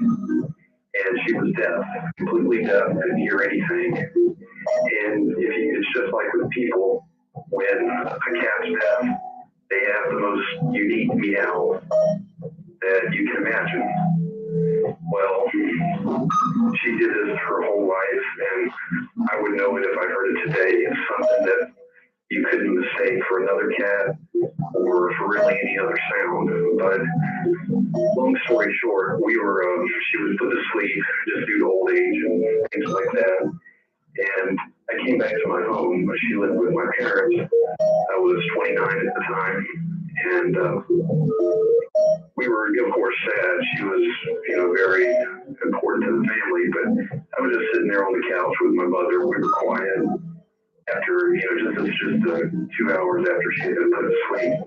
And we were just sitting there, and it's a small home, but we could look straight through the door into the kitchen, and we heard this sound. It was just like her meow. I mean, it's unmistakable. It could have been a cat outside or any kind of machinery. I've never heard anything like it since then or before then, just some as a random noise. And I heard it, and I just kind of stopped and thought to myself, and I just kind of turned and looked at her. I said, that sounds like Vanilla. And she nodded, and she said, yeah, I heard that too. And the state that we were in, we just kind of acknowledged it, and then just went on. And I'm sure it was in my mind, and I know it was in her mind. So for me, I'm with you all the way. I'm with you all the way, my friend. Listen, my Yeti is 22 now, and I don't see how anybody can deny it. Well, if you're not, maybe if you're not an animal person, and I know the Bible doesn't speak of this, but here's my opinion: if we have souls, and I lean toward yes, I do, and you're an animal person, and you look into the eyes of your cat or your dog, and you don't know there's soul in there, then there's something wrong with you. They have, if you really examine, if you live with animals, then you know. They virtually have all the aspects that we have. They have love. Oh, they have lots of love. They have anger. They have hatred. They have jealousy. They have on and on and on and on. The sense of possession. Everything you can imagine. No, they can't talk. But if you look into their eyes and you don't know that they have souls, then I don't know about you. That's my belief, for whatever it's worth. Somebody wrote, hey Art, how could you not have remembered your OBE? Well, sure I had an OBE. It was a very quick one, and it occurred in Paris, France. And my wife at the time, I had gone to Paris on vacation. And maybe that had something to do with it, but I was out of my body, moving like that. I was in a place suddenly that was the most, well, there are not words to describe how joyful and amazing a place it was. And I guess I was so completely in shock that I popped right back into my body, and I immediately woke my wife up. I was just out of my body. And I really was, but it was very quick, and I was so shocked that I'm sure that's what popped me right back in again. Dark Matter, you're on the air. Hi. Hello, this is Lloyd in Fountain Hills, Arizona. Hello, Lloyd. I was going to give you a news story that is 3 years old, 2 years and 11 months. Okay. So it's not exactly breaking news. Well, yeah, but it's something you have never heard before. I mean, I've never heard it before on any program. Okay. Okay, so you're ready? Yes. Okay, remember when the Chinese submarine supposedly shot off a missile in Los Angeles? That was well, I'll give it a date. It was November 10th, 2010. Oh, now I do remember something about that. Yes, okay, go ahead. Okay, so they said the missile misfired. All right, so I live in Fountain Hills, which I was looking straight north from my house. Los Angeles is on my left, and New Mexico, Texas is on my right. So anyway, I did not see the missile misfire. I heard about that on the radio later on. But when I looked off to the left, this was pre-dawn in Los Angeles and just about dawn in Fountain Hills where I'm at. Okay, so anyway, off to my left is a bunch of balls. I know this sounds stupid, but yellow and green balls. It looked like energy to me. Bright and shiny and all that stuff anyway. And then I looked off to the right, and coming up from behind the trees, of course this is way beyond the trees, but coming up from behind the trees comes this, I don't know what you call it, a craft of some kind. And it's coming up very fast, and it's almost transparent, and it's coming up to the curvature of the earth, and then it's back following the curvature of the earth. Now this thing is huge, and I can't tell you how huge, except when airplanes go over here, they're going over to 32,000 feet. They look like nothing, like little dots. I'm sure hundreds of them could fit on this thing without a doubt. So anyway, I could watch this thing from those trees. It went following the curvature of the earth, and it went beyond New Mexico, because I can see New Mexico, because I've seen missile misfires from white sand, so I can see that far. At any rate, this thing went over. And I would imagine I saw it for possibly absolute tops 5 minutes as it went along the curvature of the earth. And in 5 minutes, it went, I'm going to say for numbers, 1,000 miles that I could see it. So anyway, it's going 12,000 miles an hour, something like that. Now, Now that's the boring part of the thing. The thing is, where was it built? Why was it built? Did it come out of the ocean when they were giving us all the distractions with the missile misfiring and the green and yellow falls and all that? And where's it going? And where's it going to land if it does land somewhere? And that's the end of my story. And well, I was at 81 years old at that time. I'm not selling a book. All I gain out of this is ridicule from my friends when I told them, hey, okay. So that's probably what I'll get from you too. No, I won't ridicule you. Okay. But it's no news. You're not interested in it. Well, of course I'm interested in it. I would have a few questions. Okay, I'm listening. Something as big as you said it was, traveling as fast as you said it was, should have been reported by a lot of people. Would you agree? Exactly. That's why I never called it in that night. I go, oh, yeah, everybody's got to see this. I called Art Nuri hundreds of times, and I can't get through to it. Oh, he's busy. Art Nuri? No, George Nuri. I called George Nuri. I see. I called him hundreds of times, and it was always a line busy, and then I finally gave up. I see. Okay, and that was good questions. Who could have built this thing? And where would it have been built? And is that the only one that was been built? Well, anyway. Yeah, I of course have no idea, no answer for all of that. No answer at all. And the only thing I can think of is that a lot of people should have seen it. I mean, the size, even did it be as compared to aircraft. You're on the air. This is Dark Matter. Hello. Okay, how you doing? I'm okay, sir.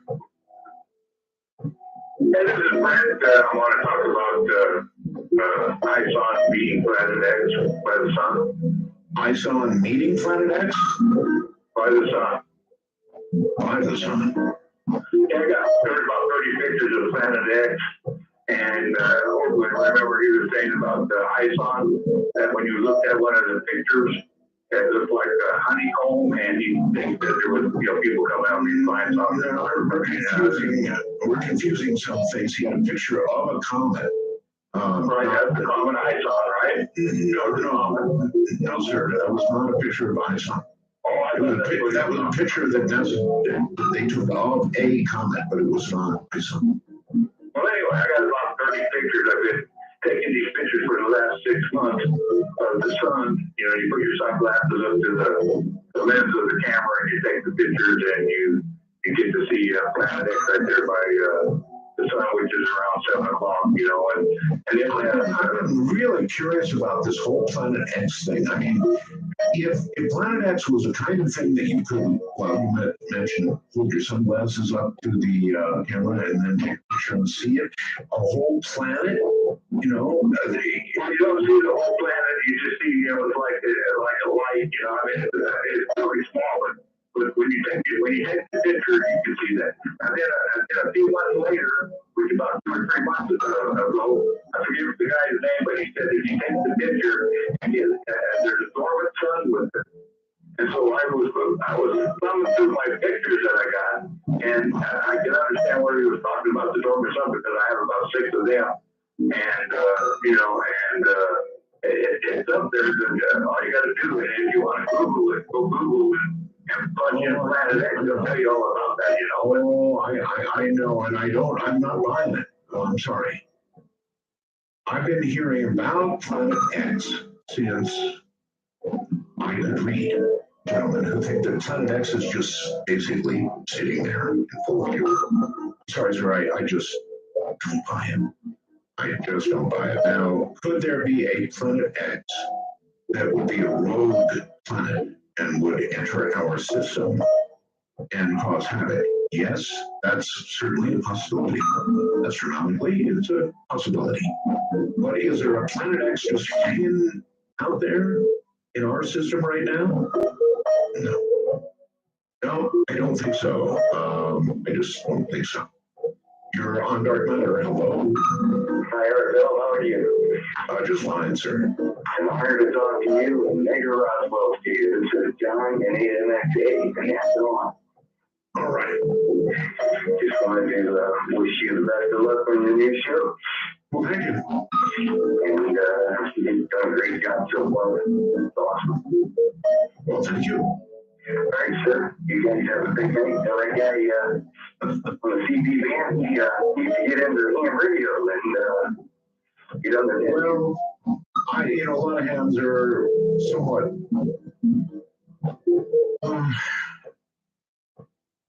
kind of get somewhat upset with CBers. I'm not one of them.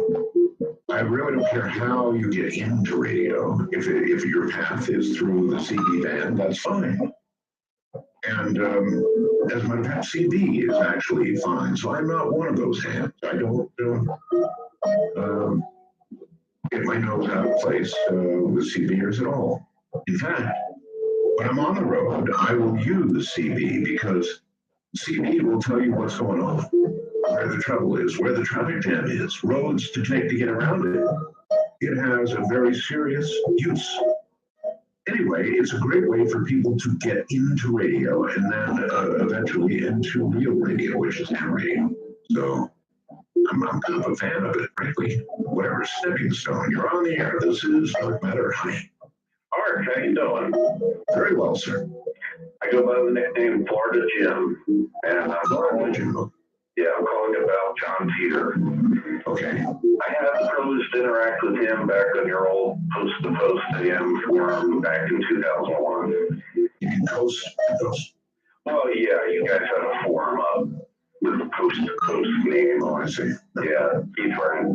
And he struck me as an anti-government kind of guy, but he made an interesting offer. He said, listen, I'm going back to 1998. If you want to email yourself, 3 years in the past, send it to me. I was like, that's an interesting idea. So I did that. Ever since then, I keep experiencing timeline changes that nobody around me has any awareness of. All right, now we're off to the races here. When you say timeline changes, explain it to me. Okay. I'm driving down the road, and on what I knew was an empty lot the day before is a brand new, functioning, fully stocked Walgreens grocery store for a pharmacy. Wow. Then I'm driving down another road.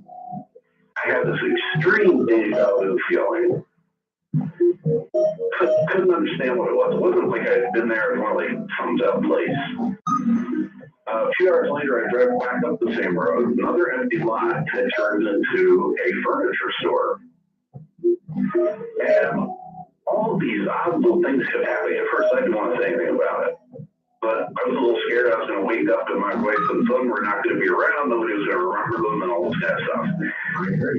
So I got in touch with some of the other people who had been on the forum talking this year, and they were having similar experiences. I even had a common one with a woman named Pamela who kind of collected the emails for John. And it's just bizarre. Now, for me, it's continued. I had this happen again in September, and just minor, feeling like alter deja vu. I actually call it an alter vu because it's not, things change. And, Has it ever extended? You mentioned buildings and structures and so forth, and that's freaky enough. Has it ever extended to people? Absolutely, and that is one of the freakiest things that's happened. I've had situations where people, famous people, obviously, Arthur C. Clarke, Nelson Mandela, Stephen Hawking, these people had died in my past. Then I discovered that they were alive again. And, but the most interesting for me, I'm very much into music, I'm a musician and all, a man named Chris Cornell, lead singer of a couple of bands, Soundgarden, Audioslave. In my original timeline, he died in 1999 of a drug overdose. And I had a alter vu, a timeline change, a time quake, whatever you want to call it, in 2007. And as soon as that happened, he was back alive. And there were 8 years of music I heard from this man that I was just stunned. And so today I still ask, I unfortunately don't think Peter's ever going to get back here because he went off mission. I don't think they're going to let him fly that thing anymore. He wasn't supposed to travel to 1998, 2000, 2001, and all that. But, yeah, strange phenomenon. If anybody's got any answers, I'd be happy to give out an email telling me why the hell is this still happening. I understand it's extremely worrisome. Thank you very much. He mentioned the name, of course, of Nelson Mandela. And I think that the whole world had one about Nelson Mandela. I brought this up on the previous program. I was convinced that the press had reported Nelson Mandela as dead. And this was years and years ago. I recall being on the air one night and saying, or referencing the fact that Nelson Mandela had died. And I firmly believed that. And I firmly believed that I had heard that on the national news. And that was an accepted fact in my mind. And lo and behold, Nelson Mandela was very, very much alive. So, latest show as it comes out. Please subscribe at www.youtube.com/user/disclosure radio. all right, we'll do that in the next break. That way, everybody will have an opportunity to get through between now and then. And you'll know that as of the next break, you should all hang up, and we'll just hang in there for time travelers and the rest of that jolly group and see what we can get. In view of the fact that we don't have a special line, that's about all I can do. Dark Matter, you're on the air. Hello. Hi, Artel. I got a question for you. Remember earlier this year when one of strange phenomenon, strange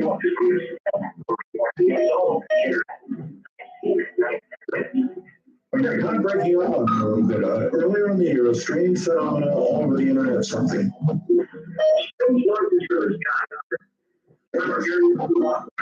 I do, yes. What's your opinion on it?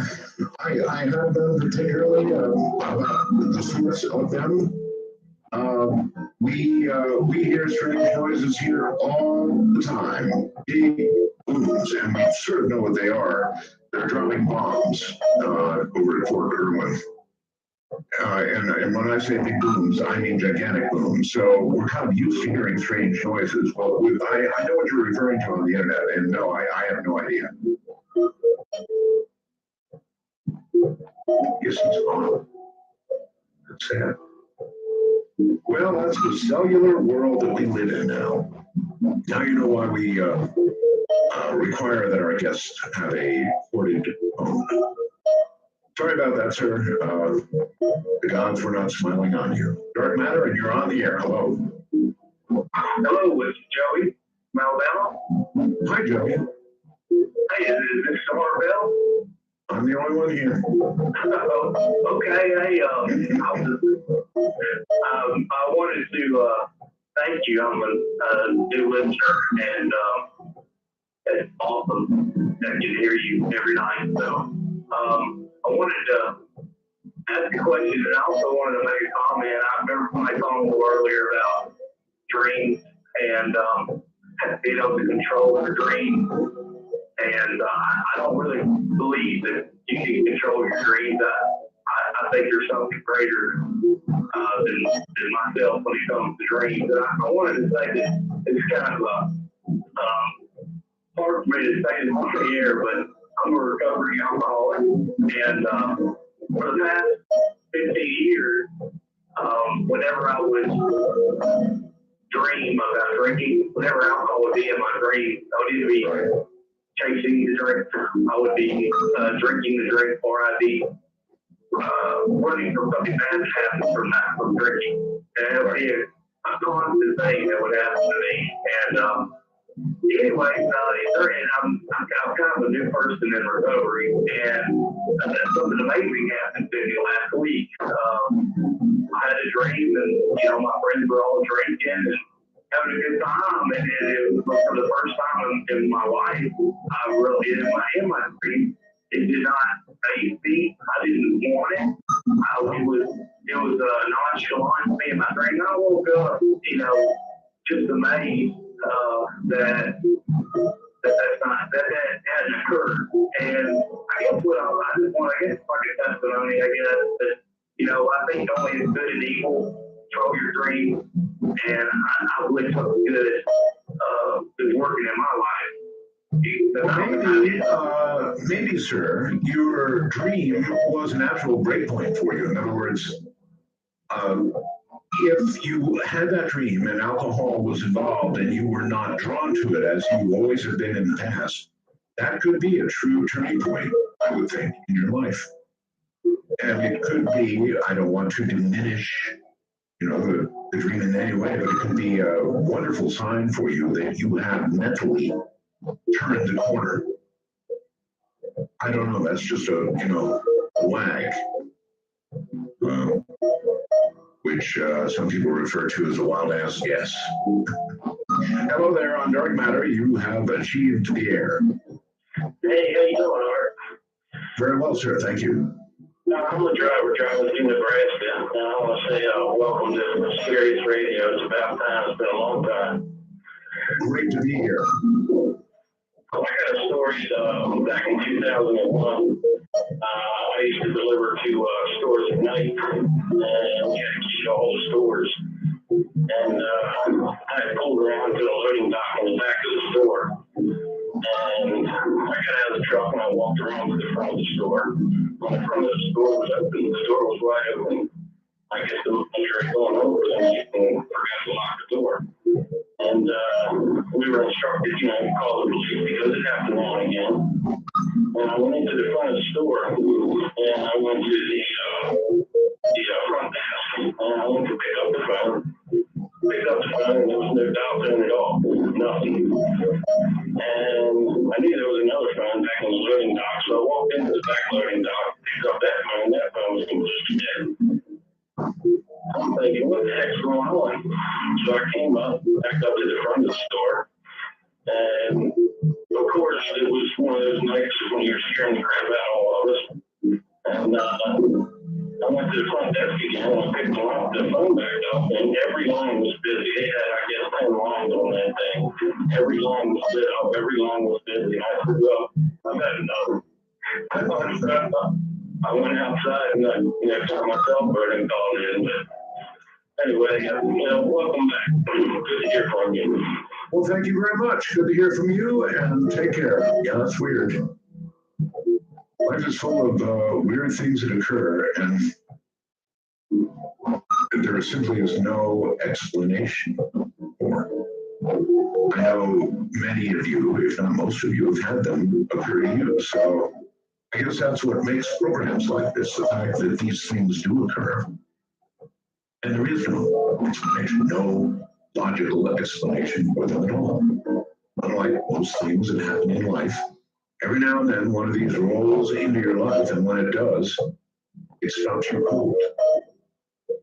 This is Dark Matter, and you're on the air. Hello. Hi, Roswell. Thank you. Yes, I was wondering if you ever consider having Jim Morris or Eric Von Däniken on your show one day. Jim Morris, he is still with us, right? I believe so. I'm not sure. I just got finished reading it. What is a couple of years ago. And I'm not sure if he's still around, but I would think so. Okay. Certainly, I've had Jim Morris on in that. I don't know what his current status is, so all good suggestions. Yes, maybe I'm just like an average guy. I've never experienced anything extraterrestrial, but my mind is open to it, and I would like for something like that to happen. Does it happen to like people like random people, or is it just that you were at the right place at the right time? Boy, I really hate to level an I don't know at you, but I don't know. I've had a few things in my life that have happened. Not too many. Really weird things. But I was unable to make them repeat. I was unable to control them when they occurred or anything. So they just happened. I don't know what to tell you. It doesn't have to be something extraterrestrial. It can be something. And I don't really want to go back and tell old stories, but I had a case of precognition that was, without question, well, I will tell you. Otherwise, it sounds like baloney, to a new listener. I was living in Santa Barbara, California. Here it comes very quickly. Living in Santa Barbara, in a very nice apartment. And I had my car parked out in the street. I came home from work, sat on the couch, and was ready to watch, I believe, NBC News, or the nightly news at that time, like what it was. And I began watching. Curtains were closed. Couldn't see my car. But at the beginning of the newscast, as I was sitting down watching, I had this overwhelming, gigantic feeling that somebody's going to hit my car. It came to me almost like a giant crashing ocean wave. Somebody's going to hit your car. I said some bad words and got up, walked across, opened the curtain, peeked out, looked at my car. It was fine. Sat back down to watch the news. Here it came again. Just like crashing ocean waves, somebody's going to hit your car. It was overwhelming. I couldn't ignore it. It was annoying. So I finally got back up again, went over, opened the curtains. There's a guy walking down there was a little pathway. We parked actually on the road there. And there was a little concrete pathway going toward the road. And here's a guy walking down the pathway. So I just stood there. As the news was beginning, I watched this guy walk down the path. Got into the car in front of mine. Started the engine, put it in reverse, hit my car. I fell to my knees, literally, honestly, fell to my knees. I was so shocked. I had shivers going up my spine. I was on my knees. But alert enough, I finally got up, opened the sliding glass door and said, I saw that. He said, I'm stopping. And there was no big damage. I had a little bit. But, boy, was I freaked out. Now, that's a case of precognition. I had no way of understanding why it came. I didn't make it come. I couldn't make it go away. I couldn't make it happen again. It just happened. That's about the best I can do. That was my big precognitive experience. I don't know whether you've ever had one, but if you have, you know what I'm talking about. Dark Matter, you're on the air. Hello. Hello. This is Ben. I'm a truck driver. Hi, Ben. Hey, I'd like to tell you about my experiences. Please do. Well, I grew up in kind of a haunted house, you could say. It all started with things in my closet. I can hear something in my closet every night. And I know you said something about your closet, and I always kept my closet door open. Why? I mean, whatever's in your closet, if there's something in there, keeping the closet door open is just an invitation for it to come and get you. Well, I never would do. I never would hear anything in the closet if I had the closet door open. But every time I closed that closet door, I would hear something in there. Oh. And I could hear footsteps walking down the hall, and I'd open up the door and there wouldn't be anybody there. And my little sister said some people were talking to her, like in a room, and no one was there to say her name. Right. And it got to be, I was actually physically assaulted one time. Really? I was in my room, and I stood up, and my head was slammed against my desk, like 5 or 6 times, just over and over. And I kept saying, what is going on? And stop.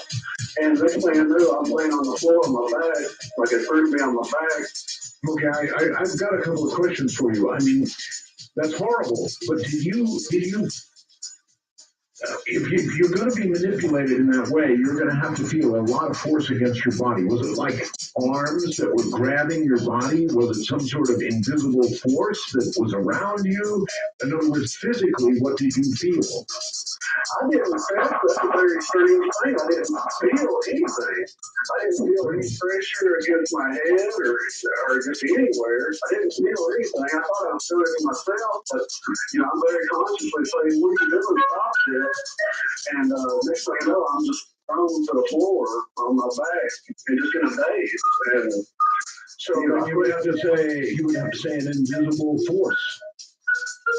Yeah, we had this ghost there, and everybody knew it. The neighbors, it was on a hill. All the neighbors told us when we moved in that the hill was haunted.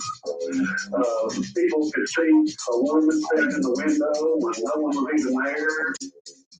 My brother said he heard the shower running upstairs one time. He went up and he said, "Mom," because she wasn't there, and he heard a strange voice say, "Anthony." And he freaked out, knew it wasn't Mom, ran outside, ran up the driveway, and like a few minutes later, my mom was pulling in the driveway.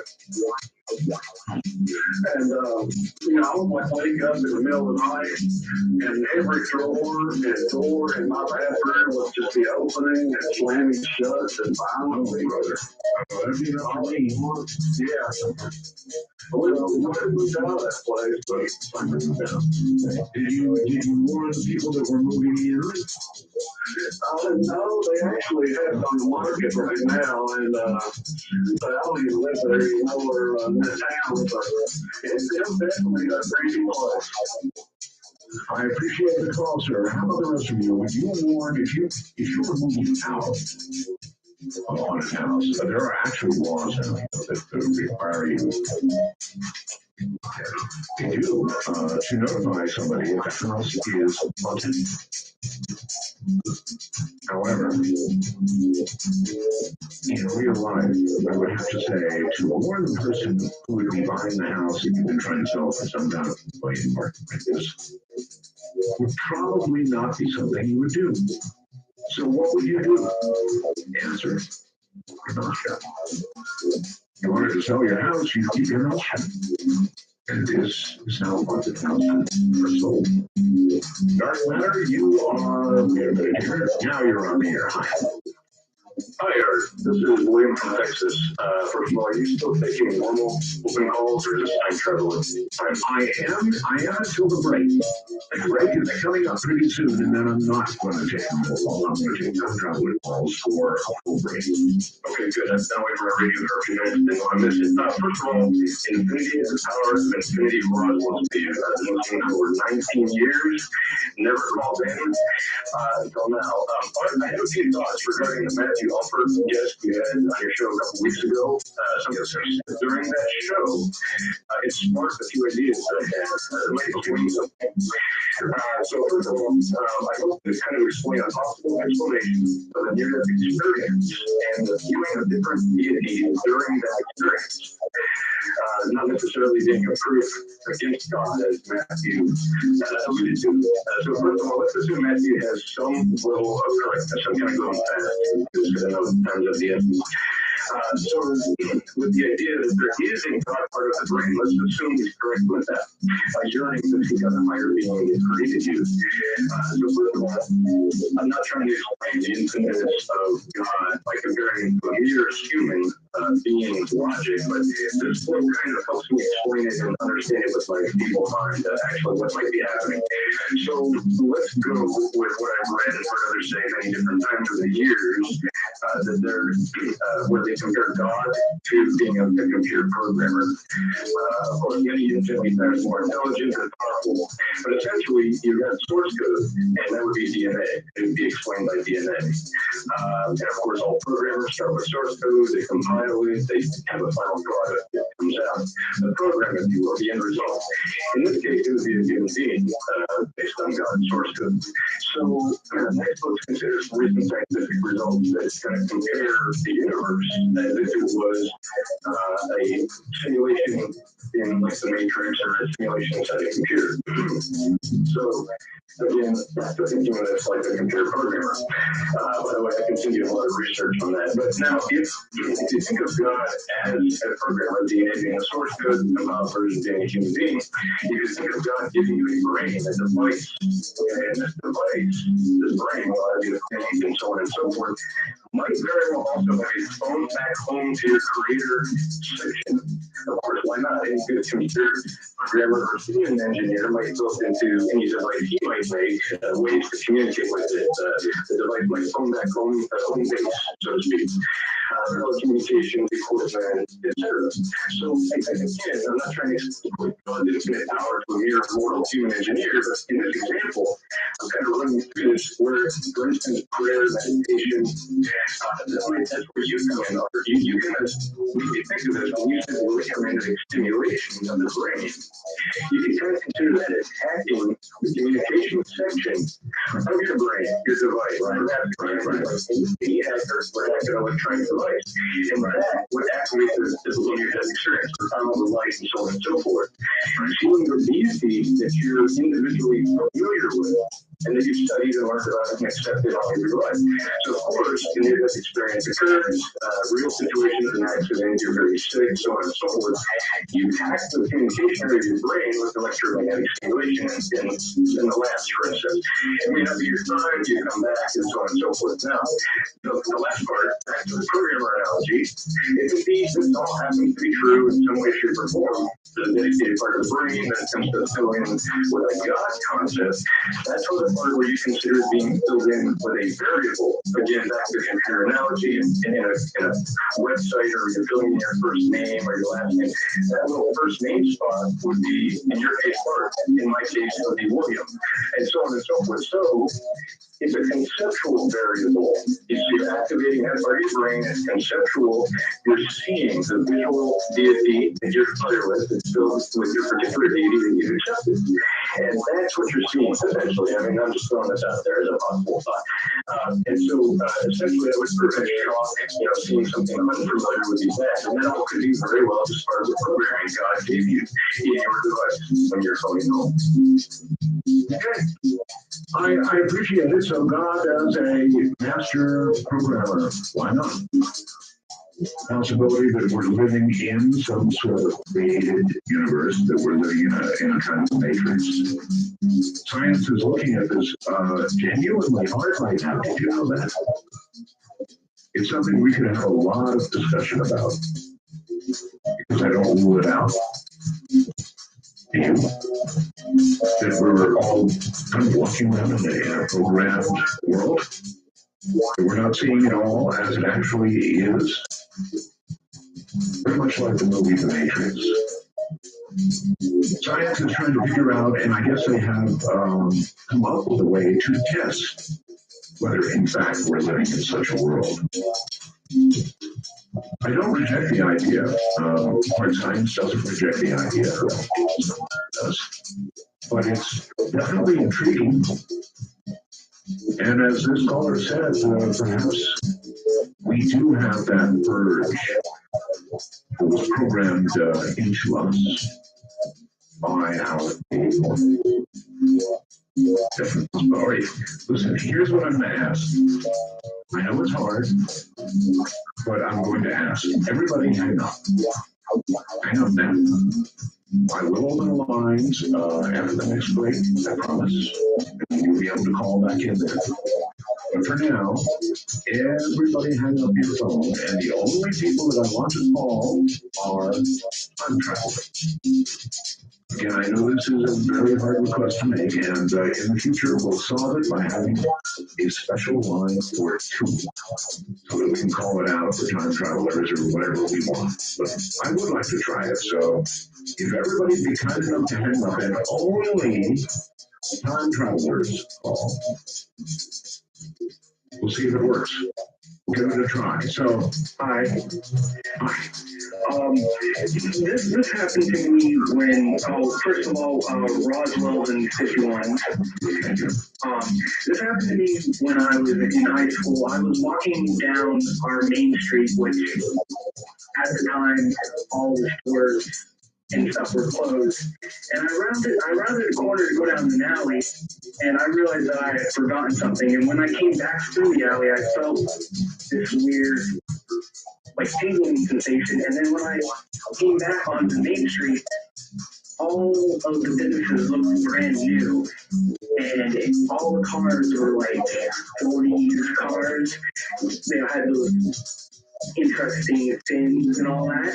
Wow. Yes, and as soon as I started getting scared, I felt that feeling again, and then suddenly I was back in my own time. You pop back. Yeah. A little time shift, actually a big time shift, but for a small amount of time. Yes, and this was back when I was in high school, around the high school age, so it was around 2001, 2002. Is it the only time this has ever happened to you? No. I've had situations where I felt like I've gone back like an hour or two, and on the same day, but it was never anything that big, and it really hasn't happened for a long time. But I don't know if that's considered time travel. It's not like I knew how to fix it. It absolutely is. It was involuntary and it happened for a short time, but it absolutely was time travel. No question about that. That's amazing. Thank you very much for the call. It was a real honor speaking to you, sir. All right, take care. That's a time shift, and albeit a short one. Yes. And it's entirely possible that time travel is a function of our brain, that it can be done through our brain.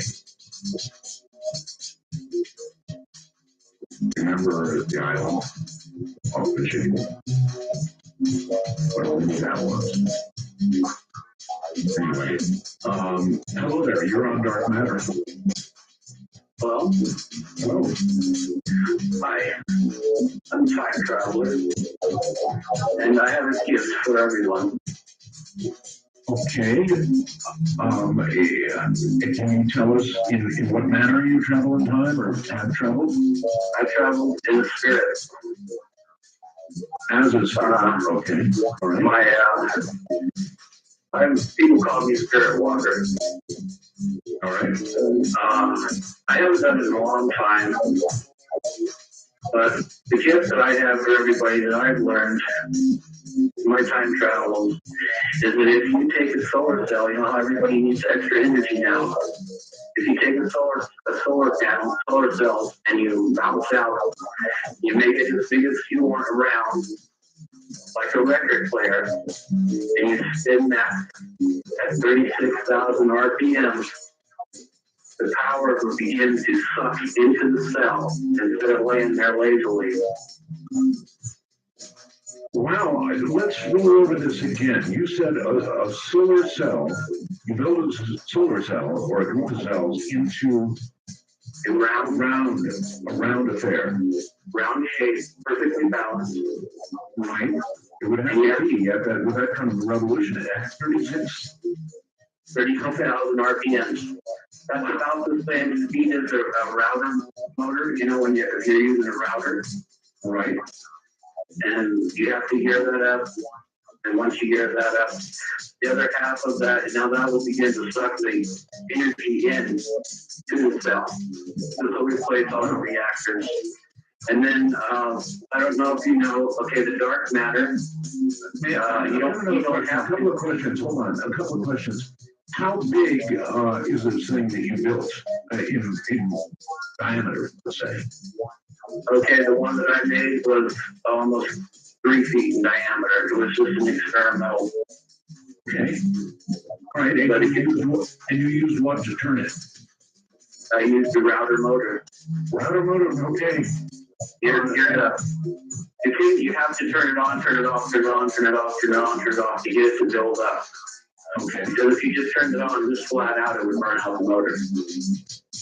Okay. And you have to use parts from the generator where the energy goes through. You have to drill holes through the little deals in there to get the wires through so that when it spins, it still has the electricity to come out. So it sounds like you really did build this. Do you have this diagrammed?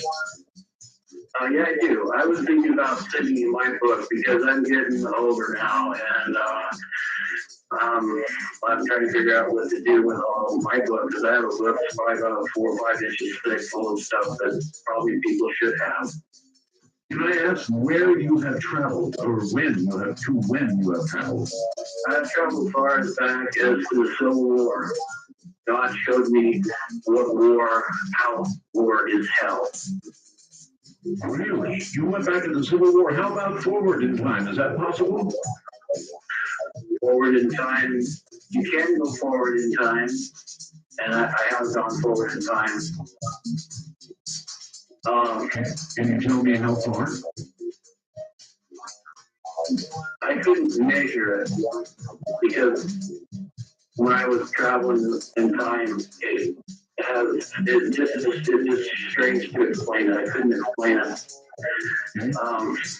But I was able to bring back some technologies with me, and this is one of them. This is one of the technologies. I have a lot more, and I need to get them out. I'd like to send them to you. Yeah, I would like to do them. If I was to send it, general delivery with. Listen, email's better if you're able to do it. If not, there are people who send me things, sir, just addressed to Art Bell from Nevada. I don't know how they get to me. Somebody in the post office recognizes who I am and they get to me, but I think also sometimes they don't. So here's what I would say. Do you have access to email? Oh, well, no, I don't. My son had it, but he's moving back to Nevada. You said you're getting older now. Yeah. I don't sound old. I'm not, well, I am old, but I'm also disabled. I've been through a lot.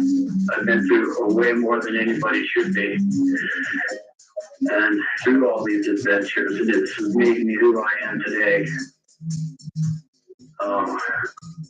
I just know so much stuff.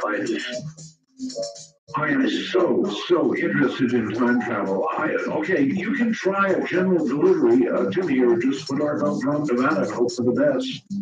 Okay. I'll do that. I really look forward to it. What's it like to travel into the past, into a time like the Civil War? Well, so first off, when you do this, you're automatically just sent there, just like that, bam. And what it was like for me to see the Civil War, I was up in the air just above watching the battle, and I had one general on one side of me and another general on the other side of me, and they were just watching, and it was really awful. The battle was terrible. So ever since I've seen that and witnessed and heard everybody screaming for their mother and father, it's changed my life. I don't really believe in war anymore. All right, please give it a try. General delivery here, okay? Okay. And thank you very much. Oh, I'm sorry. That was it. Fascinating.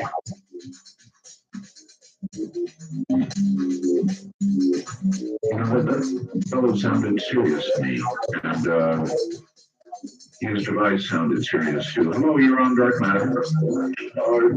Time right now is a commodity that I'm not in possession of, but I may be brief, and I may not be as articulate as I'd like to be right now, but I'll accept questions from you after I give you a brief introduction. Absolutely, go ahead. Okay, Art, you had a guest on, I believe it was last night, and this is October 10th, correct? Yes, that's correct. Okay, his name was Hope, that's his first name. No, Hope was on earlier in the week. I believe it was Monday night. It was the gentleman speaking about Nostradamus. That would be Monday night. Okay, so Today is Thursday. very well, very well. Well, sir, he had a certain thing to say about a certain economic collapse in 2016, and unfortunately that is the case. What people need to pay attention to is the year 2029. It's time is of the essence here. 2029 is what we'll look forward to. Not look forward to in the sense of optimism, or look forward to in the sense of prepare yourself. Prepare yourself for what is about to take hold of humanity as a whole. You're telling me that you have traveled to that year? I am technically within that. What you need to understand, Art, is that time is the most, it's an abstraction, Art. It's a human construct. All times are happening right now. Right now, I am 2009, 2029, and also 2013. So, any questions that you may want to put my way, I will be able to answer. But I must say that I'm very